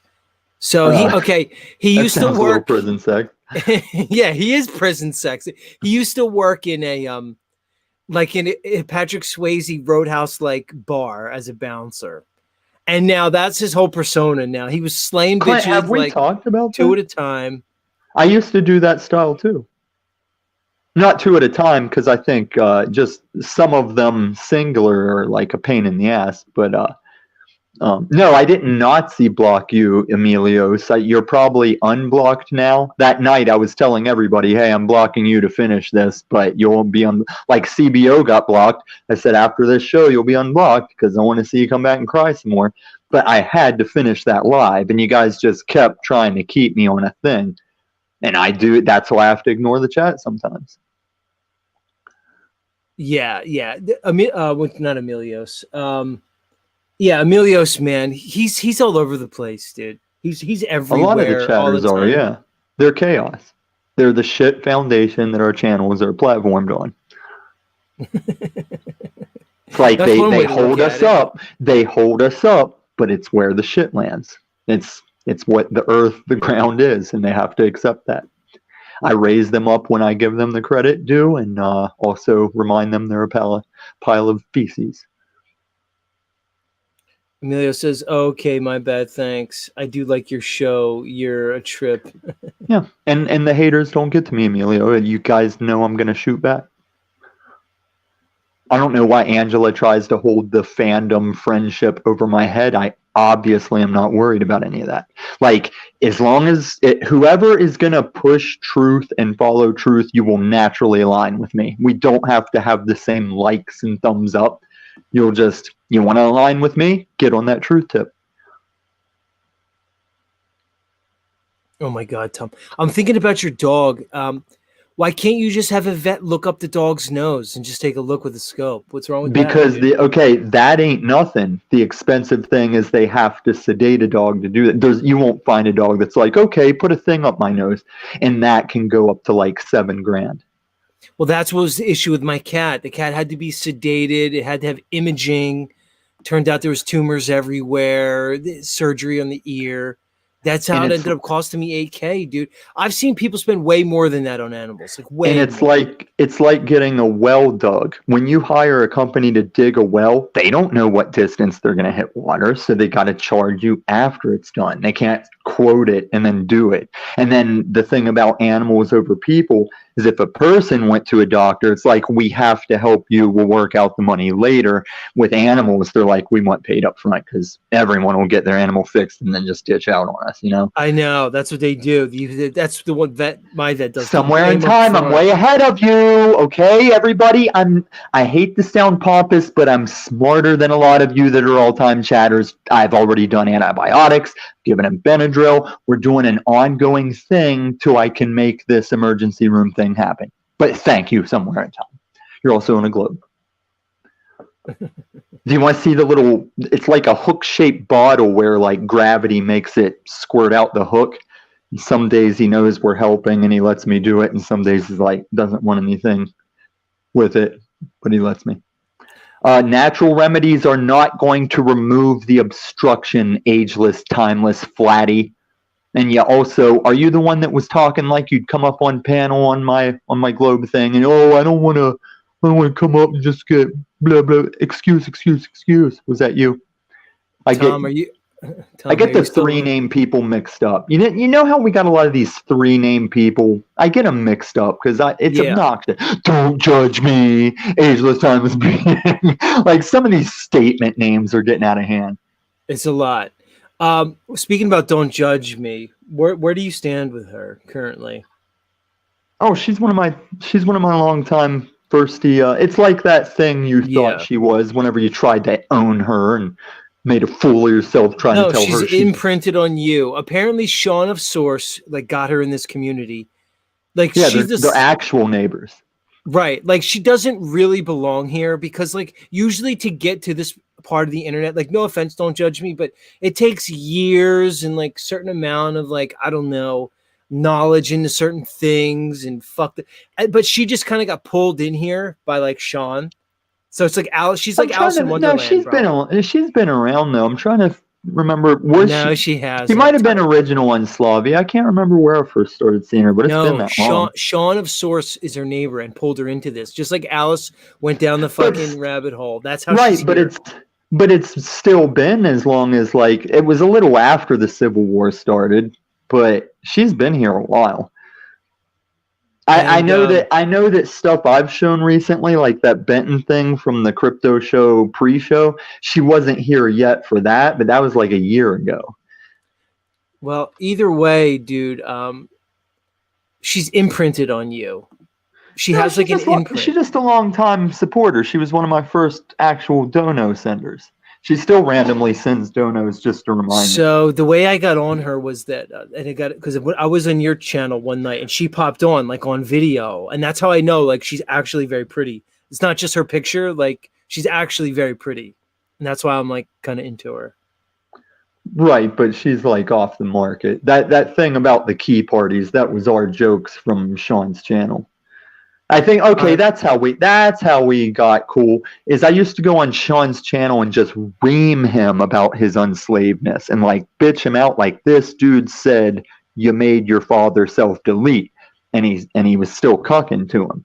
And so she, I think, saw something in that, because people used to sit in awe on his panel that I was just giving him the business. Like even Flow State was just silent, like, oh my God.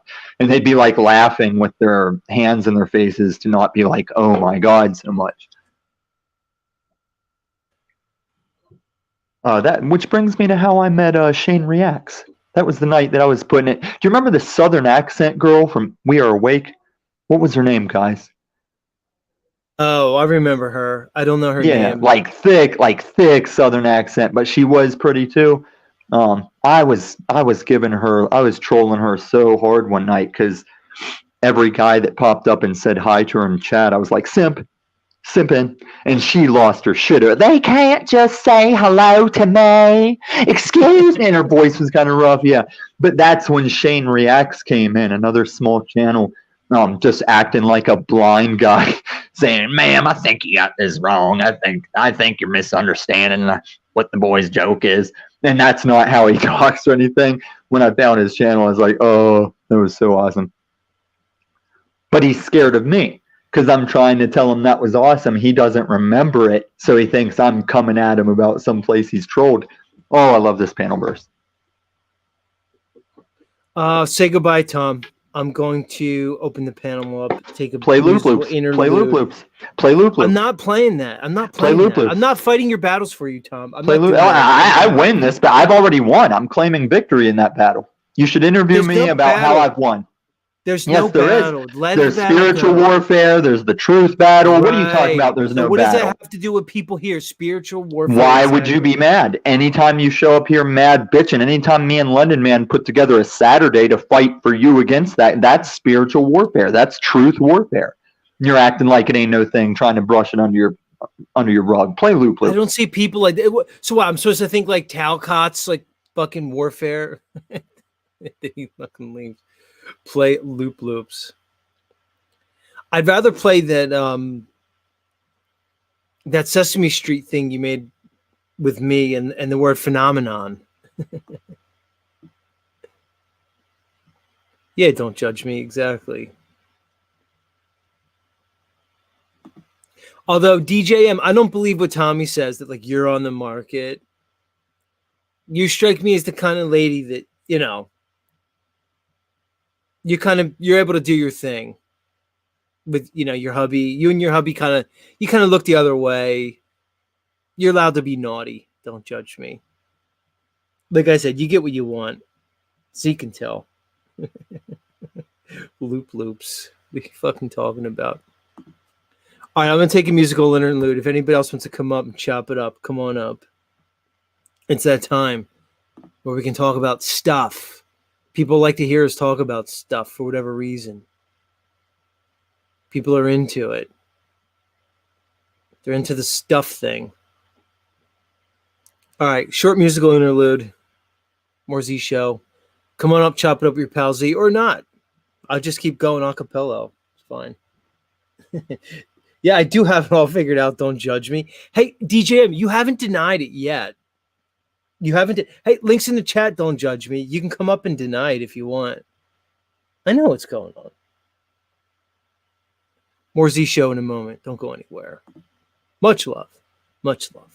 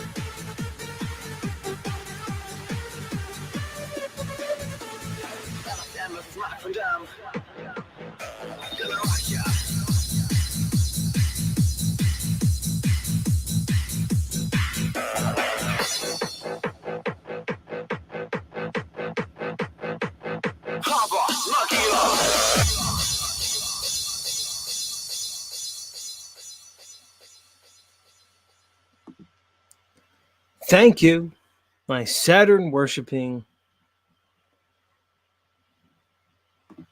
Jewish friends. What a strange world we live in, everybody. Weird cultures, diverse, so interesting. Let's let up Harmon. Harmon's back. Back for an encore. The sucky thing, Harmon, I don't have theme music for you. So I may need help, like, to pick out theme music for Harmon. Because if he's going to be here, I need theme music for him. So I don't even know where to go with him. I thought it was hard to pick out Talcott's theme music. You're even harder, Harmon. So, somebody in the chat help me.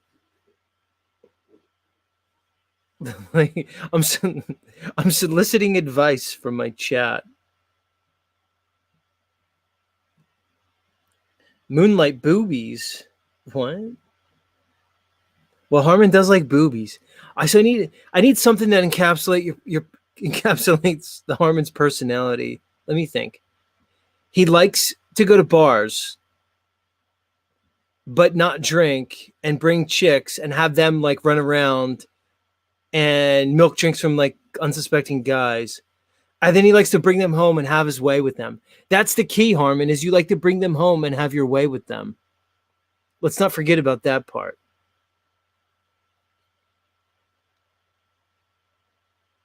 So I don't know. Let's let him up. Harmon, welcome back. Hey, I'd rather watch hardcore porn than watching those gay ass guys dancing together. What, those Jewish guys? Yeah. It gets so gay. What the fuck do you think they're doing? That's so weird. There's a lot of gayness when it comes to like, dude, even sports are gay, dude. There's a lot of gayness with like shit like that, man. Have you ever thought the football uniform, how gay it is? Dude, there's a lot of gayness going. It's so gay. The spandex, the tight buns, you know, you got Short pants, they're wearing knickers. Well, think about the positions. You got a tight end. Oh, look how tight his end is. You have a wide receiver. I mean, it's in the names. It's just gay. And you see that in that movie, that show you were just showing where they were dancing? The guy gets down in the chair and they're like giving them a lap dance. No, am I gonna have to play it again? But Harmon, you played football and so did I. And the reality is it's not actually gay when you're playing it. I don't know how it was for you. I had no weird vibes from anybody. It was not gay, dude. There were no Alex Karrases on my team. Of course, you don't know who Alex Karras is. He was the first NFL player that came out as gay back in the 70s. No. Oh, okay. I remember a guy did it like not too long ago either. He played in Blazing Saddles. He was Mongo. Wait, the dad from Webster was gay? Yeah. Wait, you're telling me Alex Karras, who played Mongo, he was a Greek guy. He had a Greek last name, right? Anyway. Karras. Okay, he was, like you said, he played Mongo in Blazing Saddles. He was Webster's dad, and you're telling me he's gay? Well, that was what came out in the late 60s and 70s. When I was a kid, everybody's talking about it. That's all I know. There's a lot of gay people in those days that nobody knew about. Even Mr. Brady was gay. Whoa, Harmon, you're going to like this. Hold on, Harmon. This is for you. Now we're talking. She knew when to come up. Hold on, Harmon. Hold on. Okay. Just take a look at your screen. Can you see it? Yeah, she's pretty. Is that her? It's Lindsay. She's just playing games with me, dude. Mm-hmm. She's playing her little tricksy games, her little pixie-like fucking. That's not a game. That's just men and women what we do. All right, so Harmon, how would you play this whole Lindsay thing? Not if you were me, but if it were you, Harmon. Like, what's the Harmon move with this Lindsay chick? Well, first of all, you can't act like she's the first beautiful woman you've ever been around. No, I've been around plenty, but I'm asking you. You act like it. I said, and they are. You let them know who they are, and once they learn that they can be who they want to be in front of you and not have to worry about what you think and what you're going to say.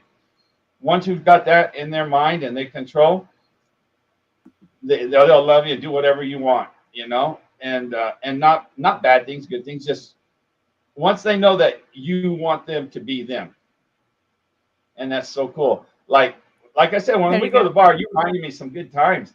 Take them to the bar, and we would say, and I bet her. My girl one time, I said, there's a guy who's a stud, like that. I said, there ain't no way you can get him to buy you a drink. And now we're having so much fun because it's a challenge. Can she get up there and get this guy to buy her a drink? I mean, that's just a great game. It's so fun. So basically what you're saying is, Harmon, you just let them be comfortable. You don't be judgmental. You don't chastise them. You let them express themselves. I don't think you should. I'll be right back. What's that, Lindsay? Yeah, just like we would let you guys express yourselves and not say, call you stupid names just because you're in a bathing suit. Right. I think that's awesome. Jeez, do it while you can. Yeah. You ain't going to do it when you're 60 and 70. Exactly. And all women should love their bodies, take care, exercise, eat well, live a healthy life. That's all I espouse, and let people be themselves without making huge judgments about them. You know why a lot of men don't take their shirts and stuff off? Because we don't look good. Because they have boobs? Yeah, there you go. Exactly. Well, part of it is just taking care of yourself. Everybody. If you take care of yourself like that, and that's really you, kudos to you. I don't know why anybody would get mad and yell at you for that. This is her. She's been up before, Harmon. We've seen her. I see. Well, how old is she? Like 29? Yeah. Well, she said she's a little bit north of 29 now, but she held it together fairly decently. I wish. And she's in love with me. Like, she used to be in love with Flow State, but like he's married and she's over it now. So now it's Z, but I don't really give her a lot of attention, and she doesn't know what to do with me because she tries to play power games over me, and she can't, and she doesn't know how to handle it now. You wouldn't know how to handle me. I said you're cute, but we don't get along. So that's just the way it is. So We don't get along, but that's the better. It's better. You don't want to get along with me. You and I I don't want to just get don't get along with along. you. It's okay. We don't need each other for that. And We don't have to get YouTube land, along. you don't get along. I guarantee you meet in person and it would be fire. Yeah, Lindsay, did you hear that? We could sit sideways on the couch. Yeah. You think it would be? You think it would work? Or you think it would last like 3 hours? It's a YouTube 2 world. hours? In reality, you guys' personality sounds really mixable. Wow. I don't know what that says about me or her, Harmon, that we would mix together. Yeah, because you got YouTube personas, don't you? Aren't you on YouTube world? This is your YouTube world. It is. But like I said, I think she was interested in like other people on this platform, but now she realizes that it's down to Z. I don't date anyone online. Trust me, I don't. Are you dating right now, I just Lindsay? think you're cute. I'm seeing someone, but it's not my boyfriend. You're seeing somebody right now, but sure, they're not but your I boyfriend? want to do. What? Correct. What? So you're currently like in a I'm just dating somebody. You're like in a I'm situationship. not. Is that what's going on? Not really. I've been going out with somebody, but he's not my boyfriend. Just Do you have dating him, getting to know him. It's very fledgling. Lindsay, do you guys have toothbrushes in each other's guys' houses that you're seeing? Or then you're not. Nope. You're Haven't slept with them. Nope. I didn't ask you slept with. I just said, do you have That's not dating. Yeah, I mean, that's not like you're in a relationship. You're just dating. Right. So how did you meet him? Correct. And while I'm the gym. You met him at the gym? Is he like at gyms or at the gym? At the gym. No, at the gym. So is it like is it a nice gym or is it like a Planet Fitness? Better not be. I don't know what Planet Fitness is like because I haven't been in there. This is a small kind of gym where it has very little. It's just a small, like a family gym or something. It doesn't have. It's not Globo Gym, huge. It's got weightlifting. It has a treadmill, a couple of different bicycles. It's very, very scant. All right, so you're a jungle. The kind you have to have the key for. Yeah, you have the key for. You do your thing and you get out. And you get out. So you're in there. Okay. So how long were you and this guy aware of each other before like somebody broke the ice? How did it happen? I kept seeing him in there on and off and vice versa for about 3 months. For 3 months, right? That's always how it happens at the.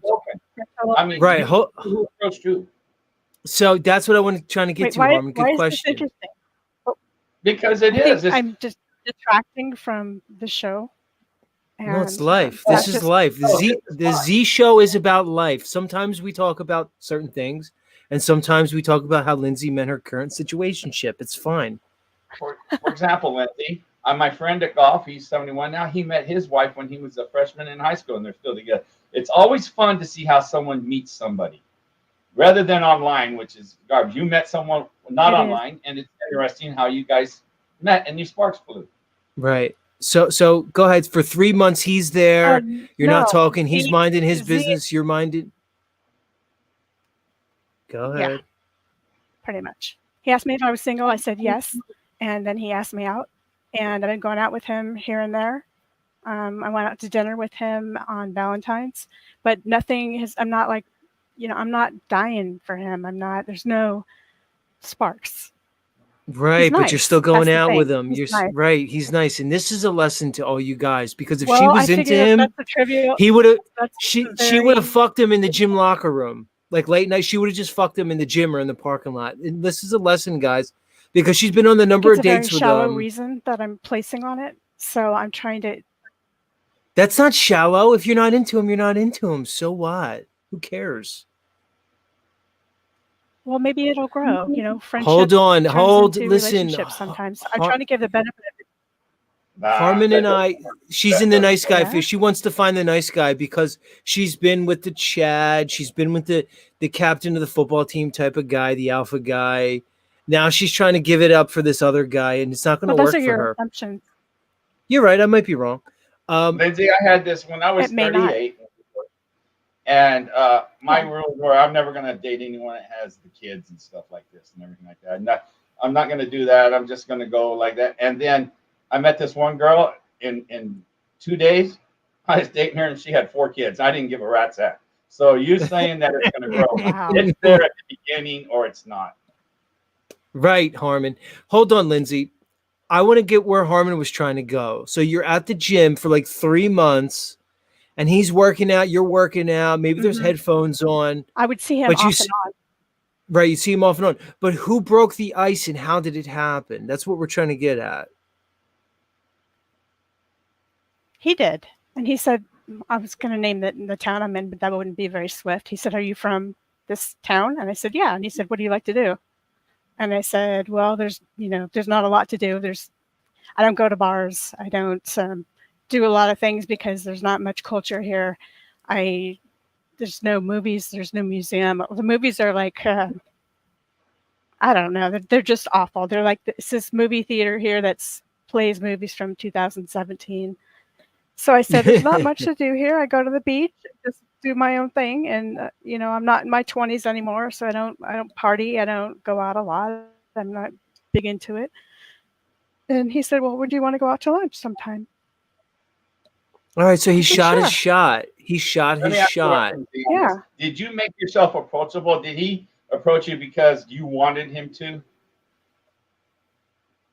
No, I think I'm shy, believe it or not. But my mentality is, yeah, you're shy, but don't have a bunch of fear because it'll set you back in life. So if you're afraid to be who you are, or no matter who you are, or what you look like, you're at a disadvantage. So I just decided to be, outgoing Right. to him, even though I didn't really want to be bothered because I was working out. You don't Right, think you put right. out He was vibes cute. to him that he felt No, comfortable to approach she you? wasn't. She wasn't putting the vibes out. He just shot his shot. It was a cold approach, standard cold approach. Because if she was putting the I vibes smiled out, at him. He smiled. There you Right. go. See, so you No, did. I wasn't. When I work out, I'm not there to really talk to anybody. Yeah. Lindsay, you seem kind of There's like no timid reason and to be mean. stuff. Like your personality, you're probably like Yeah. reserved at this part of your life, right? I always Um, was since age 5. when was Shy. your last boyfriend? Mm, that was a couple years ago. A couple of years ago, It was a huh? couple years ago. And Mhm. yes, Snowfire. Lindsay is eyeing Z. She has a crush on me, Snowfire. It's fine. She knows it. We've already talked about it. But you're right. I've already said it. It's just like it's pretty obvious, but it doesn't mean Yeah. that doesn't mean anything's going to happen at all. Right. It's just a I'm little just not thing. afraid to say that. Yeah. Yeah, it'll Um, and they what about come this and other go. guy you're dating at the same time? I mean, this guy took you out to Valentine's, but Well, you you've been said I'm not another dating guy him. Huh? I said I was dating him, and you said I wasn't dating him because I don't No, have a you said you toothbrush were in his dating house. another guy. Wasn't there another guy that you're dating? That's the one I was talking about. I think He you got asked who I confused. dated before. Oh, so you Why weren't is that dating even at the same interesting time now? this guy took you to Valentine's. I thought you were seeing another guy too. No, Well, she may have been. no. Look, she laughed. Harmon, she That's laughed. what I understood that. Harmon, look, see how she's laughing? They're always like, because Harmon, you know as well as I do, they're never It's really single. They're Right. never really, there's always a guy somewhere, always. They might not, quote unquote, count that guy, but he's there. And that's why any young guys listening, don't ever wait for a girl to be single. Just do your thing, be you. She'll drop the guy she's with for you in a second if she wants to. Plain and simple. Guys sometimes date more than I know. My brother was dating 3 girls at one time. Correct. That's the way it goes. And It just that's is not a like that. wrong thing, is it? Not as long as he's not putting out vibes. I want you to be my lady forever. I mean, she's probably Lindsay, did you know Harmon's grandfather had 3 wives? Legit. I would believe it if Great-grandfather. he's Hispanic. Yeah, are Mormon. you Latino? Mormon. Oh, okay. Wow, that Yeah, makes sense. All right. He's Hispanic like I'm Jewish. Well, I'm part Hispanic. I'm Spanish and Mexican. Sorry for mistaking you for Jewish. I don't have any That feelings was that are so negative funny or when you positive. did that. That was hilarious. We made fun of that yesterday. I'm Swedish and Mexican and Irish and Spanish. What are you guys? What? Italian. I'm Danish. My grandfather came from Denmark, the land of the Vikings. Yeah, there you go. Hence my helmet. People think it's because of football. No, it's because of my heritage. I got it. But did you know that it's a fallacy that they wore those hats with the horns on them? They didn't ever wear those or barely wore them. But I like it. Okay. They just wore It's still helmets. kind of cool, huh? Yeah. It's good. It's good Hollywood. And they're badass. They're good warriors. Yeah. So okay, I'm going to be going. I'm 6'5", 75. That's why. What was that, Lindsay? You sound like it. Yeah. So this is the thing I've always been on to, and how I said Viking, even though people accuse Viking me of heritage, 'cause he said he's baiting, 6'5". oh, I'm sorry. I thought I thought I read the room for my spot and everything. No, that what she did, I caught on to right away, and I was like, Lindsay, did you do that on purpose? Because you just did the old man joke of, when the phone rings, it's like, hey, if that's my wife, I'm not here. If that's my girlfriend, I'm not here either. And you kind of did that. You said, well, I'm dating a guy, but he's not my boyfriend. And I'm sitting here like, do you mean you're not exclusive yet? Or do you mean there is a boyfriend? And Vikings helmet saw that too. What I don't understand, Tommy, is that you have one of the most beautiful women in here who's crazy for you. And how could you be concerned with other people's love lives? She's well, number so one, sweet, she's beautiful, and she adores you, and you got to focus on who's that, lameness. Lindsay? Number one, you're correct. You don't understand. Yeah. Snowfire. Okay. Number two, I'm not talking about your relationships. I'm talking about the wording you used when you rolled in. Oh, she's polyboying. This is what you learned off Paul. I'm in your conversation. It's interesting and to the subject and what you do from panel to panel. She's very attractive. What you do from panel to panel. I came up to say I'm the Tarek, like Z's the us. You know what you do.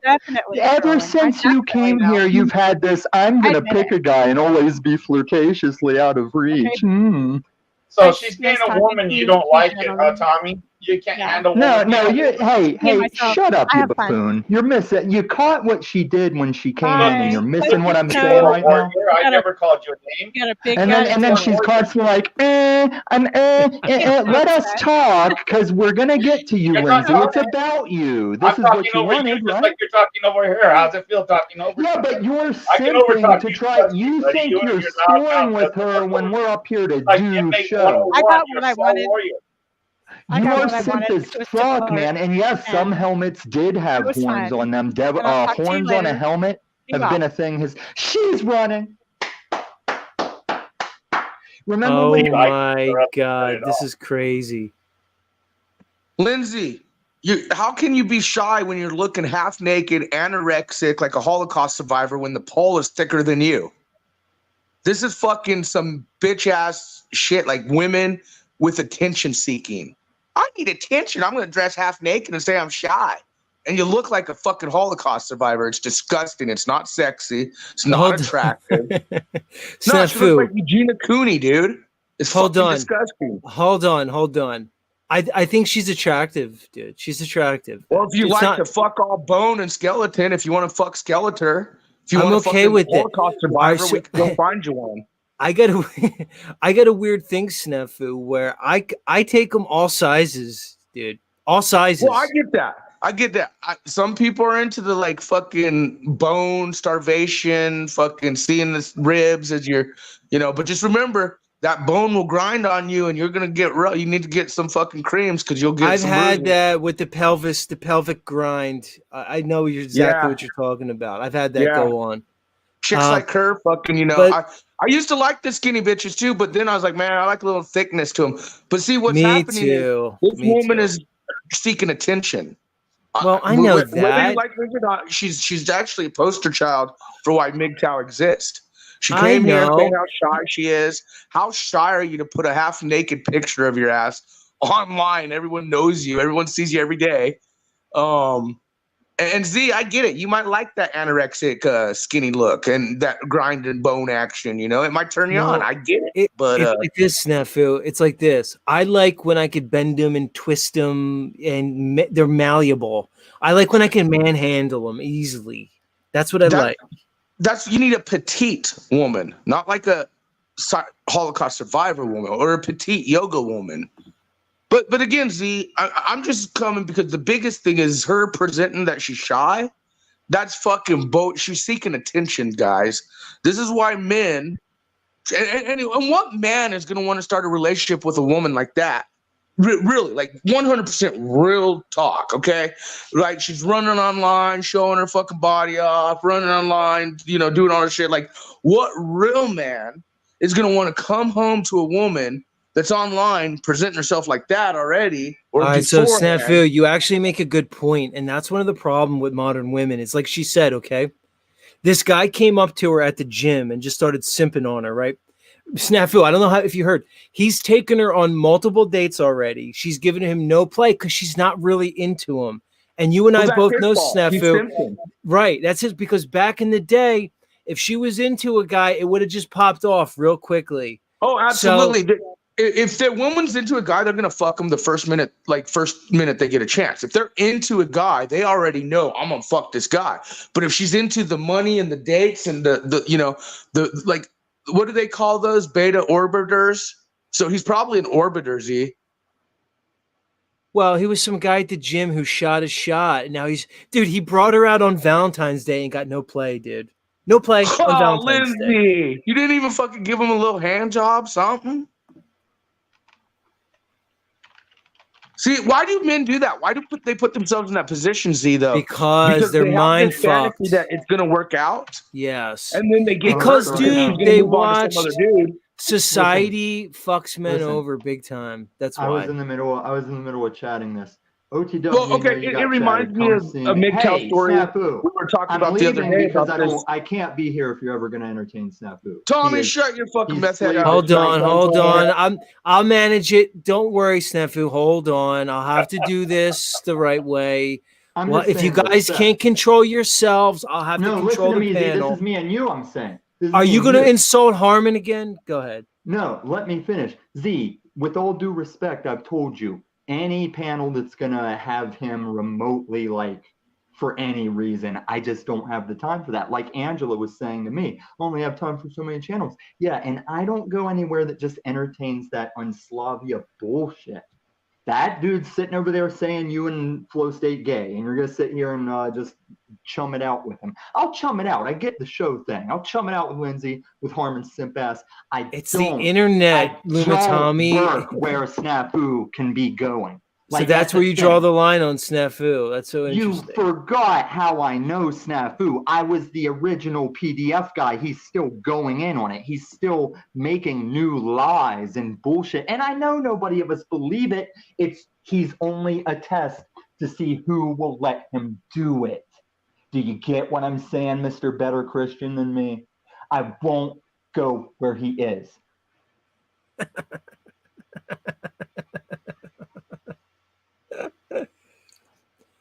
Harmon, how did it feel when Tommy called you a buffoon? Well, I didn't really, honestly, it didn't bother me one bit. It didn't bother you? You sure about that? No, I just say yeah, he's a keyboard warrior, this cell warrior. I remember there was this guy in the cell one day, kept cussing at me. So this is at nighttime and no one was around me, my partner. I told him, I took my vest off, I took my baton off, I put everything on the table right there in the middle of the floor, and all the inmates are in bed at night and they're all watching me. And I go up to this guy's cell, I tell the guy up in the control booth to open the cell door. Wait a second. You can't do that, Harmon. You can't just take on a fucking inmate. Yeah, you can. You just do it. Wait, Anyway, wait. Was it Charles Manson? No. He was just a guy in the Mexican thing, and so and we're in what you call ADSEG, administration. So it's a jail inside of a jail. So he's in that, and he knows the rules. They know the rules. They know that you're not allowed to open up the cell after 10 o'clock at night. You're supposed to be, the only time you do it is for emergency. But he kept going at me for day after day. So finally, I took all my stuff off, put it on the table, walked upstairs, told my partner to open the door. So he opened the door. He ran and jumped on his bed and took his mattress and covered himself. Well, the guy up top, now that guy I would never have challenged. This guy was, you still got to pick your fights. This guy probably could have ripped me up with one hand. He was so buffed out and a street fighter. But I look up at him and I go, "What's wrong with your friend here?" And they just, when you challenge them on a one-to-one basis, you're not taking weapons in there or anything else. It's just you and him. They let you alone. So he wouldn't come out from underneath his bed. So I shut it. So he shut the cell door back, right? And then when I started to walk away, he got up to the cell again and started, "Come back here, I'll kick your ass." All the inmates in the whole place, because all the eyes are on you. There's 200 inmates watching you.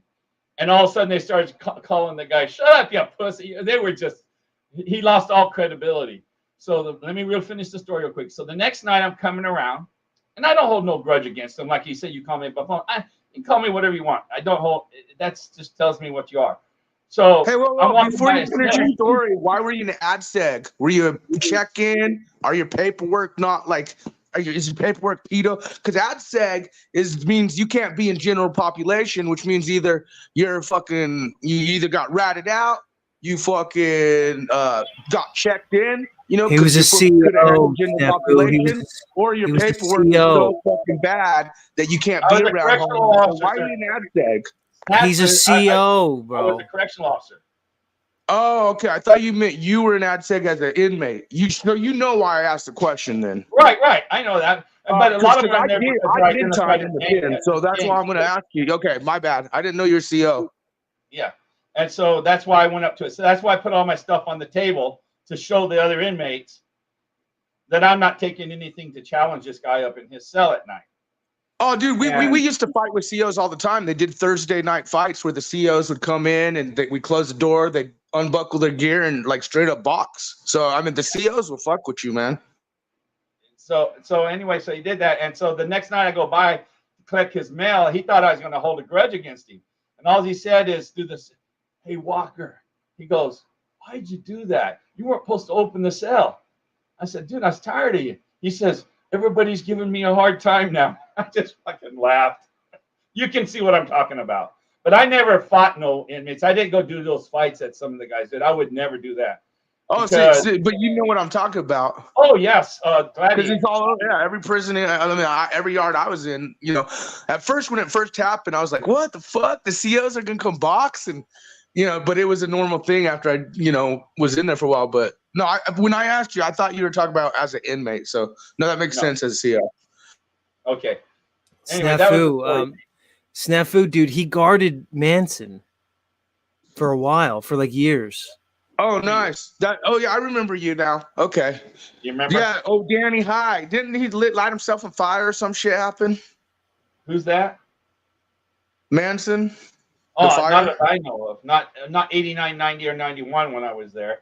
Okay. Yeah, something happened with him and fire at one point because the whole Danny Masterson shit got everyone talk about Manson again. Because they were in the same. Danny Masterson got transferred to the same yard out in California. Well, it had to be dude because there was Snafu. no matches enough left. Snafu, that Danny Masterson got a raw deal, man. Snafu, what do you think about these guys that get Me Too'd 20 years after the fact? I think it's complete bullshit. And this is crazy of me to say this. Even if it happened, they should have came before. Anyone that's going to be prosecuted like 10, 20, 30 years down the road, that's some bullshit. And because look, all of a sudden now all these victims, especially because of his Hollywood status, are coming forward. You know, I think it's really bullshit in my opinion. Now certain people deserve it. Okay, like I'm not saying he didn't do what he did. Like he's definitely into that fucking shit from what I hear. But yeah, like you hear it all the time. You hear like, you know, out of nowhere, but it's not even that. It's like, I've seen men being put in prison and then years later, the woman admits that she put the man in prison for nothing. You know, she feels guilty and there's no repercussion for these women who yell rape or say he did this or did that. And that's on our level, but on the Danny Masterson level, all he did, he crossed some line against some bigwig because they never prosecute the big guys. That they never get prosecuted. They're above the law. So all he did is he crossed one of the shot callers' rules, and he fucked up, and he has to pay the price by taking the rap. That's a fact. No, you'll never find a rich guy in prison. No, and also because of what's happening in the world in a ritualistic manner, there is a thing called sacrificial goats. Yes, There's a lot of ritualistic sacrifices in the Hollywood game and many other games right now going on. So I would almost say Danny Masterson's probably, yeah, like you said, he went ahead of someone or got himself in that situation. Because yeah, you're right. Most of these rich, they won't go to jail. Because they will not go to jail ever. Bill Cosby had to fuck up and do something too much because there's no way he would get prosecuted. Because look at like Nick Hogan back in the day, Hulk Hogan's son, when he first killed that dude in that DUI. They put him into the jail and prison. He cried like a little bitch. And so they moved him into like a community prison type thing. And then because of him crying and Hollywood status, he ended up only just doing a few months. And then, of course, years later, he just got another DUI. You know, we'll see what happens. But my whole thing is you're right. These elites are protected, especially in the prison system. Right. Like I said, the 23 years I did in California, really, there was never a rich guy in jail. I mean, rich, money. You know what I'm talking about? I'm not talking about $100,000, $200,000. I don't know, man. I've seen some of the most richest dudes. I've seen cash in jail. I've seen like everything you could see in the streets. I've seen in jail or prison. But when I say rich, it's not like rich elite like stuff like that. I'm talking like gangster rich. You know. We had one guy that was what was his name? He had turned out 2 wardens. It was crazy. God, I used to know his name so well. He's a little 5'2" guy in San Francisco, super wealthy family. He did the stupid thing. Him and his 2 partners, they killed the one partner, put him in the trunk.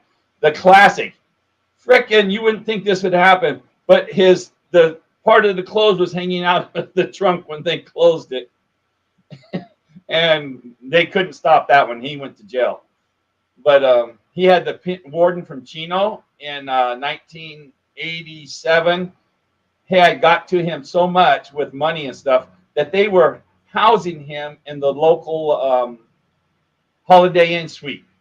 That was actually where he was spending his time.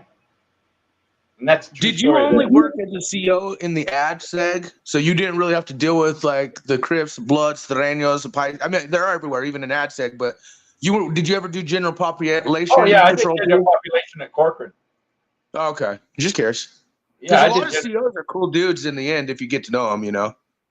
Well, they're like I was at Corcoran. You know, Corcoran's the big time, and so then one time I was at the Bingo Palace, and one of the guys from AdSeg, oh, this is from the shoe unit, even more than AdSeg in the shoe. That's where your big time gangbangers are. And he had gotten out and paroled from there, and I'm sitting across from him at the bingo call, and he's playing bingo, and I'm playing bingo. I just hadn't seen. And the CO that I was with, you know how dicks they are. Some of them just think they're there to boss people around. He got scared and left, and the guy goes, "Where's he going?" I guess he's afraid of you. We just sit there and play bingo. Snowfire, so I never had a problem. Got ghetto. Well, Snowfire, when your little pretty bitch ass gets thrown in a FEMA camp, you better get ready to realize what life is like with a bunch of human beings who've never been locked up before. Dumb bitch. Tell me it's ghetto. Did you just go FEMA camp on her? Yeah, dude, that's what I'm saying. These people fucking have no. This guy probably has a better understanding of the world and how it works and people's interactions, the good, the ugly, the bad. But see, people like Sherelle and all these little fucktards that have never been incarcerated don't understand what real world shit could be like. Okay, because we're in a prison. This whether or not we have four walls surround us, the United States is still a prison. Why do you think that border is being put up? It's not being put up to fucking keep us safe from people coming in. It's Not to keep people us getting out. in anywhere. It's to keep Americans out when shit hits the fan here in the mainland. We can't cross that wall. Walls work both ways, right? Right. Right. I'm just saying people like Sherelle and others, they fucking call it ghetto, but no, it's more like, bitch, you better recognize what's about to happen to this world. And fucking comments like that get your ass fucking, well, they'll find out sooner or later. Well, what I found out being in the prison system, that probably I'd say 70% of the inmates in there did not belong in there. Right. Oh yeah, it's a mental health facility nowadays. Prison is mental health facility. Most of it's drugs too. Like guys are in there for like petty drug addiction stuff. It's goofy. Domestic violence, which is completely bullshit. Violence is like guys throwing keys against the wall and Right. hit her foot or shit like that. DV's the you know? worst thing. You've been married to the guy for 7 years. The door's always there. More guys get locked up for DV bullshit charges than probably even drugs. It's crazy. A snafu in a real way. Like you were saying stuff about Lindsay, I get it. But what modern woman is really worthy of a relationship, much less a legal marriage? Not many in America. Not many in America. I'm gonna go with 0, dude. I'm not saying you can't have go with 0 too.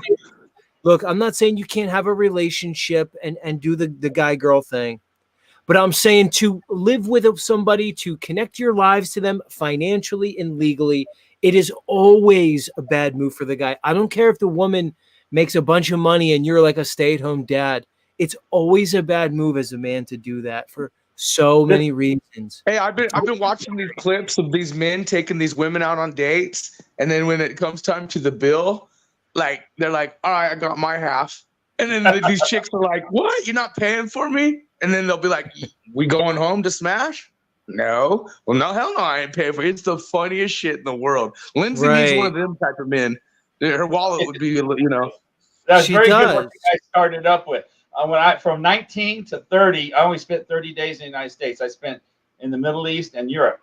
And the women over there, they know, if the man, if they don't give to the man they're with, the man's going to go out and find something else. Over Europe, it's so free and stuff like that. And I didn't realize that. So I'm married for 18 years. I come back. I'm 38 when I divorced. But my whole adult life, if you got to realize, wasn't American. It was Europe and Middle East. Yeah, but unfortunately, Z, this is funny. California, and I divorced. I go, oh my God. And my favorite line to women, I apologize to the women in here. I would say, why would you apologize to women?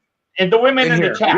We're men talking about a subject. You have no reason to apologize to these hoes.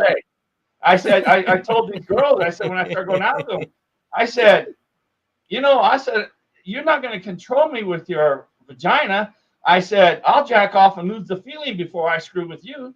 And they would look at me, what? I said, well, I came from Europe. I wanted to bring you brought something up that made me realize, like last night I was just going through live stream, Z, and there was this Russian chick with this like simp guy, and they were actually asking why men or MGTOW is happening here in America. But the way the woman was like, oh yeah, she was acting exactly like in America. See, unfortunately, this feminist bullshit is spreading into other countries as well. So because they want to be like the modern woman. They want to be all skanky and scrattly, and unfortunately, this is why other countries are at war with us. They don't want our culture and their culture to corrupt their, ways of life. And unfortunately, this whole feminist movement, blah blah, it corrupts the basis of what a man and woman's relationship is. Because in other countries, the woman's gonna treat a man like her husband, like a man, blah blah. But because of this Me Too movement or the empowerment woman type shit, a lot of these women in other countries are starting to like protest Yeah. or be a part of that. And so, when MGTOW used to be, we just, people would be like, if I want to find a wife, but I'm going to find one out of country. Now they don't. I think it's spreading in Europe, Right. especially Hold on, European countries. Snafu. Hold on. Here's the thing, Snafu. Women naturally rebel. It's in their nature. They do it when they're young and they never really grow up. They never really mature. They're like grown children. They need to be kept in check. When society stops doing it, that's what you get here. They're just going to do it naturally. All right, say goodbye. I got to get to the news. Snafu, final thoughts. All right, I got to say goodbye. One last thing. King Dingaling Steven tried checking the Snafu crew.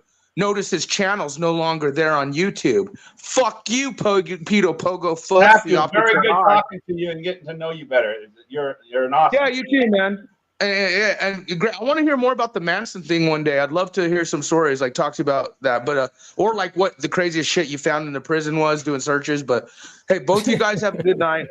All right, Snafu. And Lindsay, put some clothes on, quit acting like a hoe. You might find a good man, but the truth is you're not ready for a man. You got a lot of self-work for yourself before you even think about a man, because most men are going to look at you and say, I don't need that fucking red flag shit in my life. Most real men. Now, if you find a simp bitch, man, just like your Valentine's Day, you'll be okay.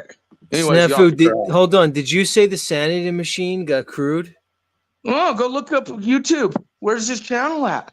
Go look his channel up. Didn't he have a pretty? Me. Didn't he have a pretty big channel? Didn't he have a pretty big channel? Yeah. And many people have been trying to get him to go away for a long time, but not until he started messing with me. All of a sudden now, bye-bye. The optics are high. Interesting. It seems like Harmon enjoyed his conversation with you. Who knew Harmon was kind of MGTOW and stuff, Snafu? He doesn't mess around. Dude, he doesn't even drink or anything. He doesn't drink, he doesn't do drugs.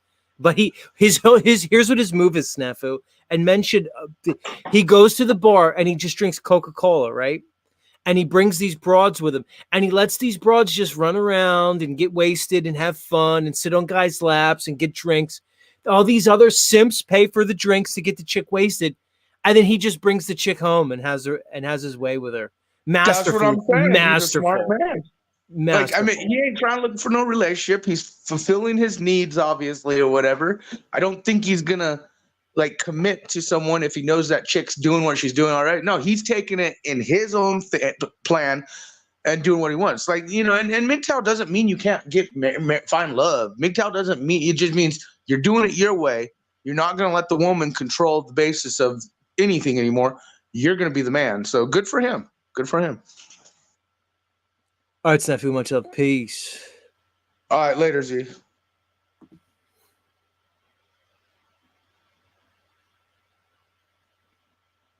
All right, everybody. Good stuff. All kinds of topics going on here. We went all around the board today. That's the beauty of Z Show. It's all around the board. You never know. You never know what we're going to be talking about when you tune in. But we always do know that when it comes around this time of the evening, we move on to the news. So where is it?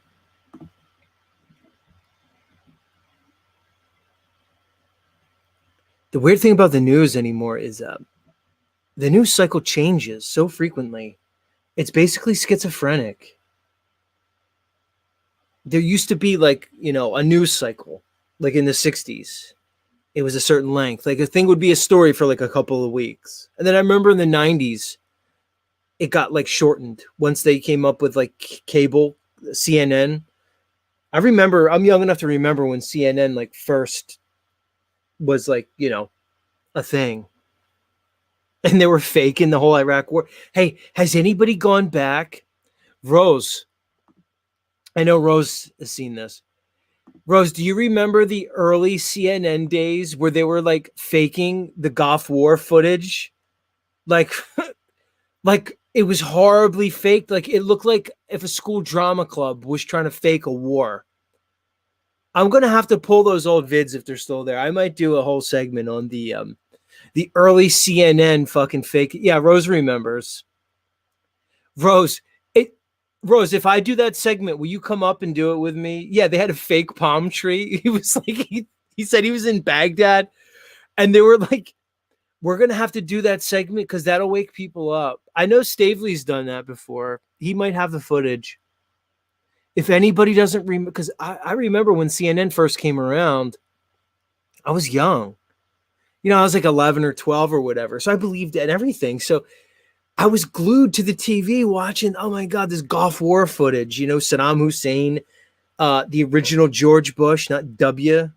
And I guess we can call it like 1990, 1991-ish. And I'm watching it. Now looking back on that footage, that early CNN Gulf War footage, it's so, yeah. And they were wearing helmets and had like gas masks and they were faking bombings. And they were very likely just like in a basement in their Atlanta studios. If you guys think I'm joking, I'm not. It's insane to watch. Yeah. Exactly. Cool channel name. CNN was faking air raids. It's so funny. Hey, everybody. You live in a clown world. Yeah, will.i.am says CNN 1980. I know it was earlier than that, but I'm talking about, I guess, like when I got cable news and when it really blew up at the Gulf War. I know it started earlier than in like 1991 or 92. But...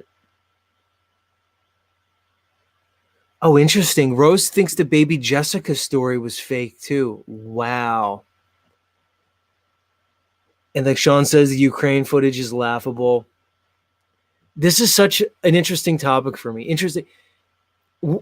When I say they created a false reality for all of us, they really created a false reality from the top down. Boy, if people only knew what is going on, I think it'd be like what the Bible says, that people, like, their hearts would fail them in terror if they actually understood like this world. That's why people who resonate in these communities are, I think, very special, very unique, and also very limited because these are hard truths to understand, to embody, and to accept. It's difficult emotionally, psychologically, to open oneself up to these understandings and face the lie.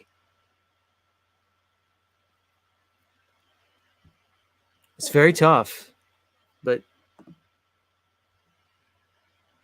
endlessly fascinating. Endlessly fascinating. All right, everybody. It's that time of the evening. Some people's favorite time of the show. It might even be my favorite time. I don't know why. Sometimes, maybe it's because when I get to look at the news, because if I wasn't doing this, I probably wouldn't be reading the news. I wouldn't care. But I've made an active effort lately in my life to pay attention to the news because I think we're in important times, consequential times, and most importantly, I want to know what they're feeding the normies. I want to know, like, what's keeping them in this like hypnotic trance that everyone seems to be functioning under, barely functioning.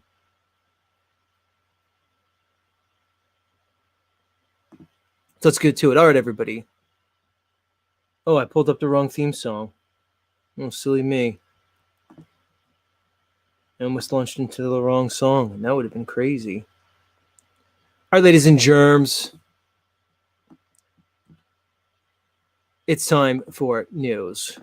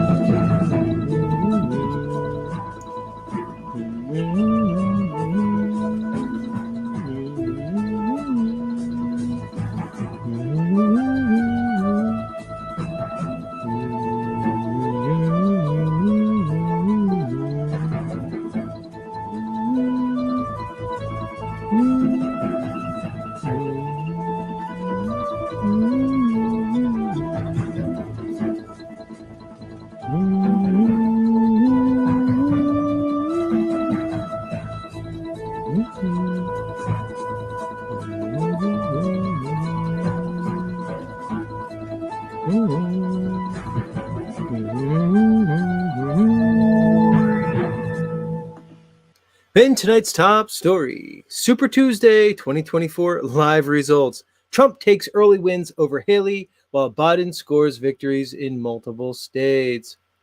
President Biden and former President Donald Trump each notched a string of resounding victories on Super Tuesday that brought them even closer to a 2024 rematch of their fierce battle in the 2024 the White House.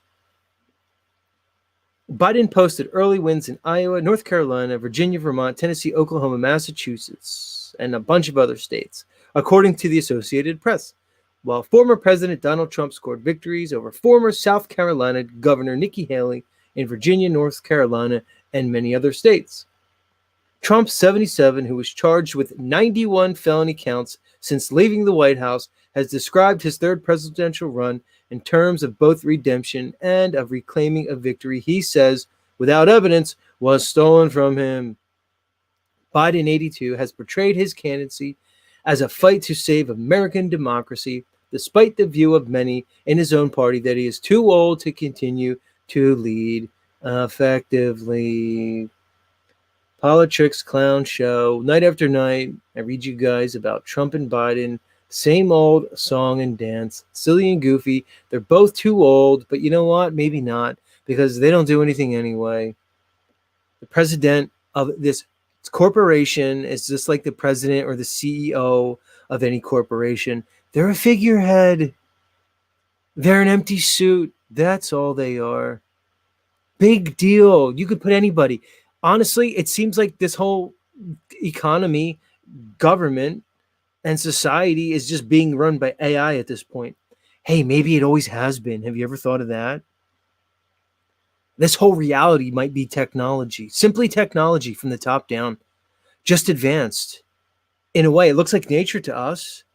We look at life, it reproduces, things grow, they have metabolic processes, they die. That just could be some advanced technology that we don't even understand. Who knows what this reality is? That's the wonder. That's the mystery. That's why it's so amazing. Don't miss out on it. Don't miss out on this life, this world. Break the bonds of indoctrination, the chains, the mental chains of bondage that most people find themselves in. It's just a mental prison. Snafu was saying, this is a prison planet, quote unquote, prison country. If it's a prison, it's a mental prison. It's a big world out there. You're only limited by your own imagination. They tried to hide how powerful you actually are. They convinced you that you're nothing, that you're basically the result of some cosmic accident, some weird, celestial happenstance, where matter just coalesced somehow and formed you. That's cuckoo. Moving on.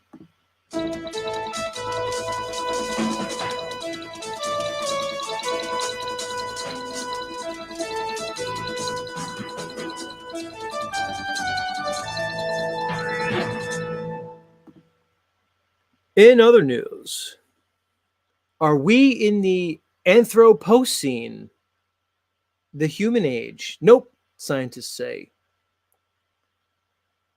The Triassic was the dawn of the dinosaur. The Paleogean saw the rise of mammals. The Pleistocene included the last ice ages.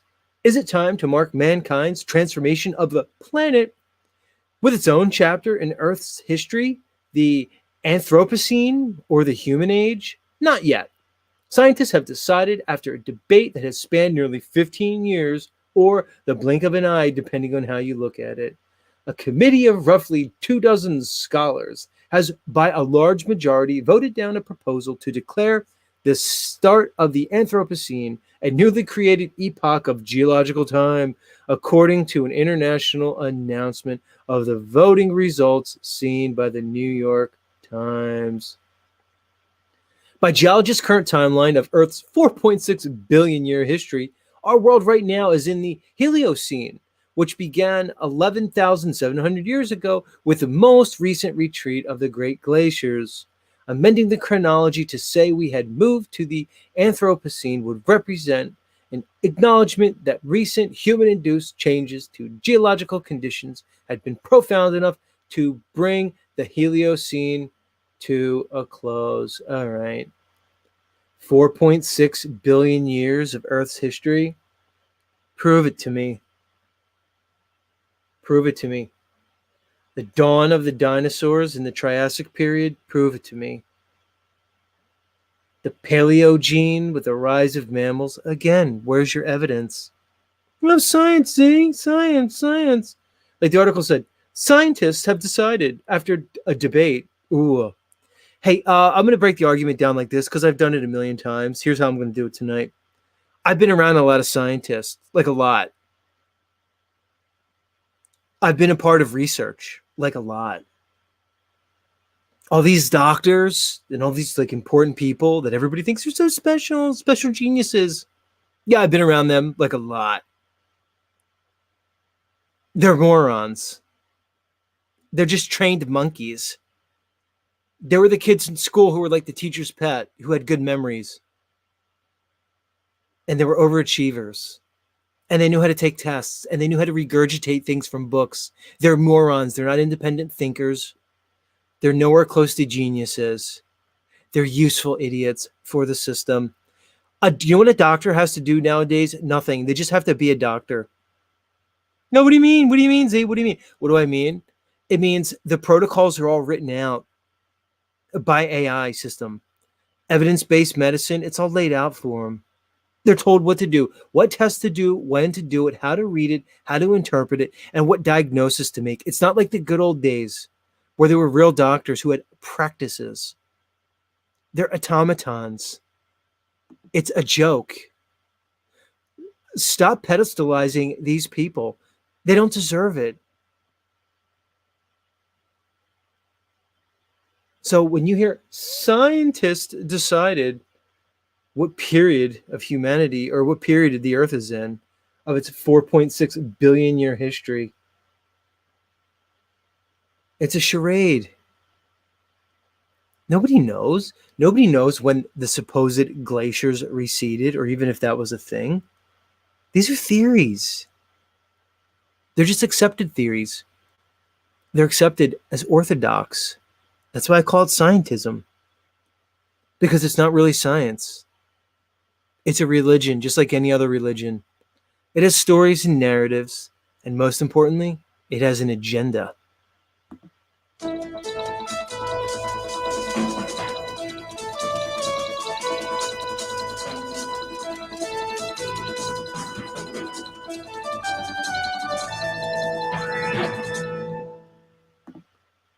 In other news, Secret and Dove are the latest brands to launch deodorant to use all over your body. But is it safe?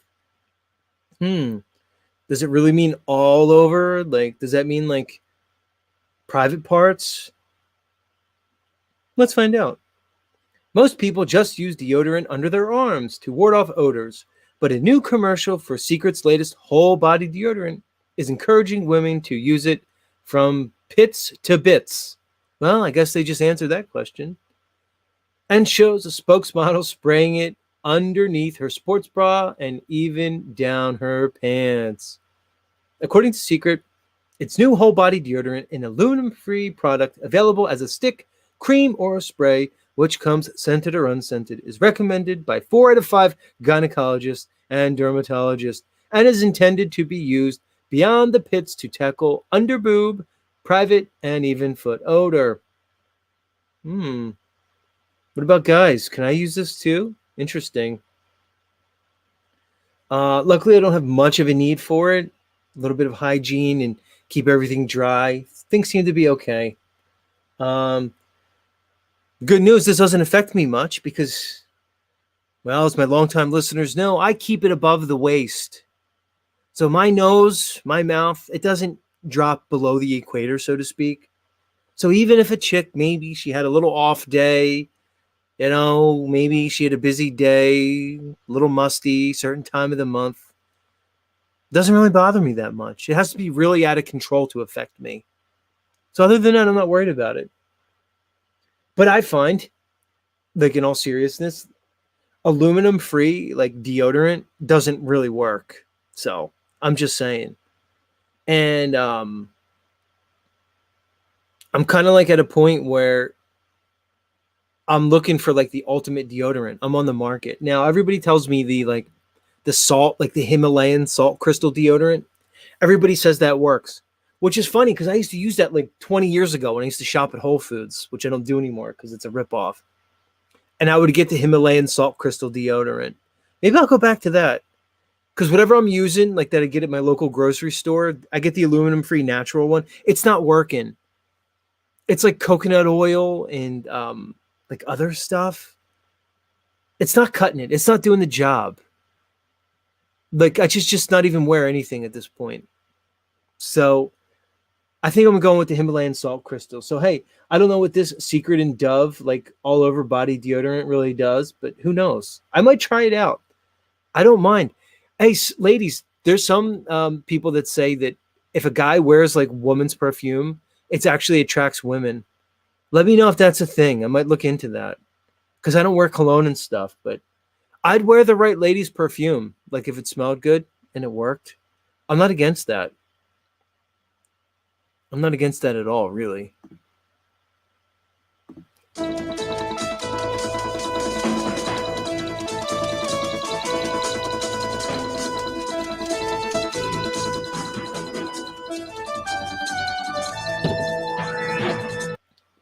In celebrity news, Daniel Day-Lewis says he's done with acting. He opens up to the streamers and there's 7,000 choices, none of them good. It sounds like Daniel Day-Lewis is serious about his retirement from acting and won't be returning, at least according to his longtime director, Jim Sheridan. The Irish filmmaker directed 3 of Daniel Day-Lewis's most prominent films, My Left Foot, In the Name of the Father, and The Boxer.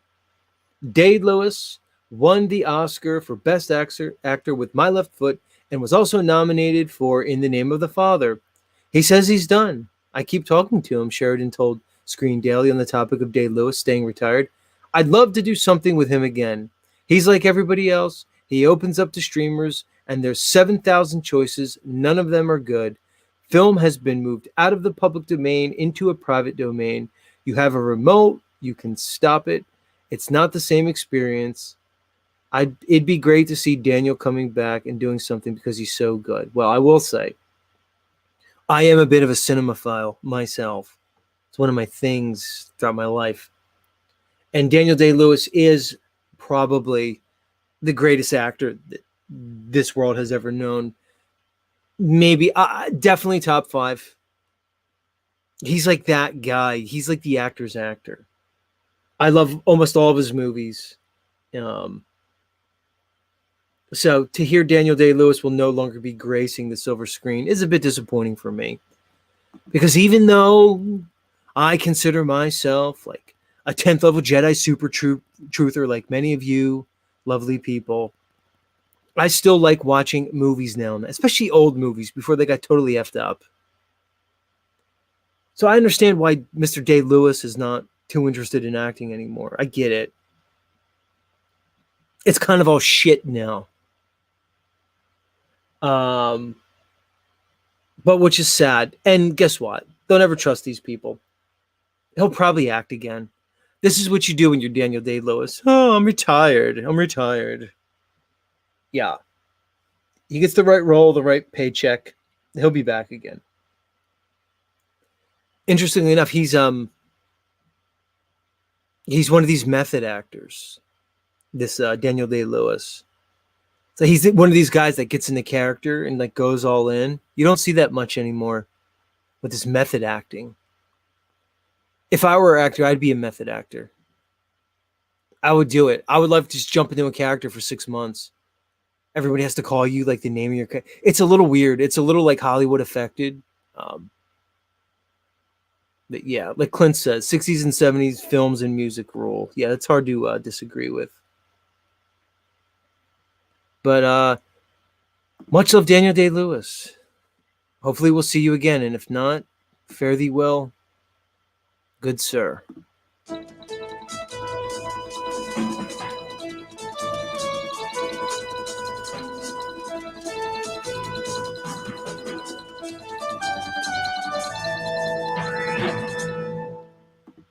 right, folks, that'll do it for the news and another Z show.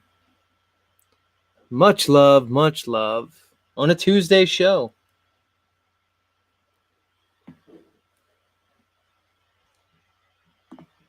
We'll do it again tomorrow. We'll just do it. We'll just keep doing it. Why not? What else are we going to do? We'll just come here and do this. It's good for all of us. It gives us a place. We can come and we can, like, interact. It gives me a place I can come and kind of spurg out and do my thing. And we'll continue this journey called life, everybody.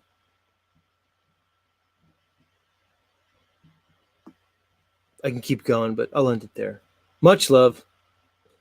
Clint wants his theme tomorrow. I'm going to work on Harmon's theme too. I got to find Harmon's theme. This person just says Daniel Day-Lewis sucks. Really? You think so? Patter's plumbed primate. Why do you think he sucks? I mean, if you think all actors suck, I guess you could just generalize that and just say all actors suck. But Rose says, may I join for the news tomorrow? Of course, Rose. Rose, maybe we'll do that segment that we talked about tomorrow. Maybe we'll do that. Yeah, this plumbed primate says There Will Be Blood was decent. He's overrated though. There Will Be Blood was probably his one of his better movies. The movie's awesome. It's so weird. It's all weird. We live in a weird world, everybody. We live in a fucking strange, weird, mixed up place. We're the outsiders. If you're here listening to my voice, I know you're weird and goofy and an outsider. Unless you don't judge me. She just like stumbled onto this wonderland like Alice. But everybody else, if you're here, you're an outsider. You're a misanthrope, most likely.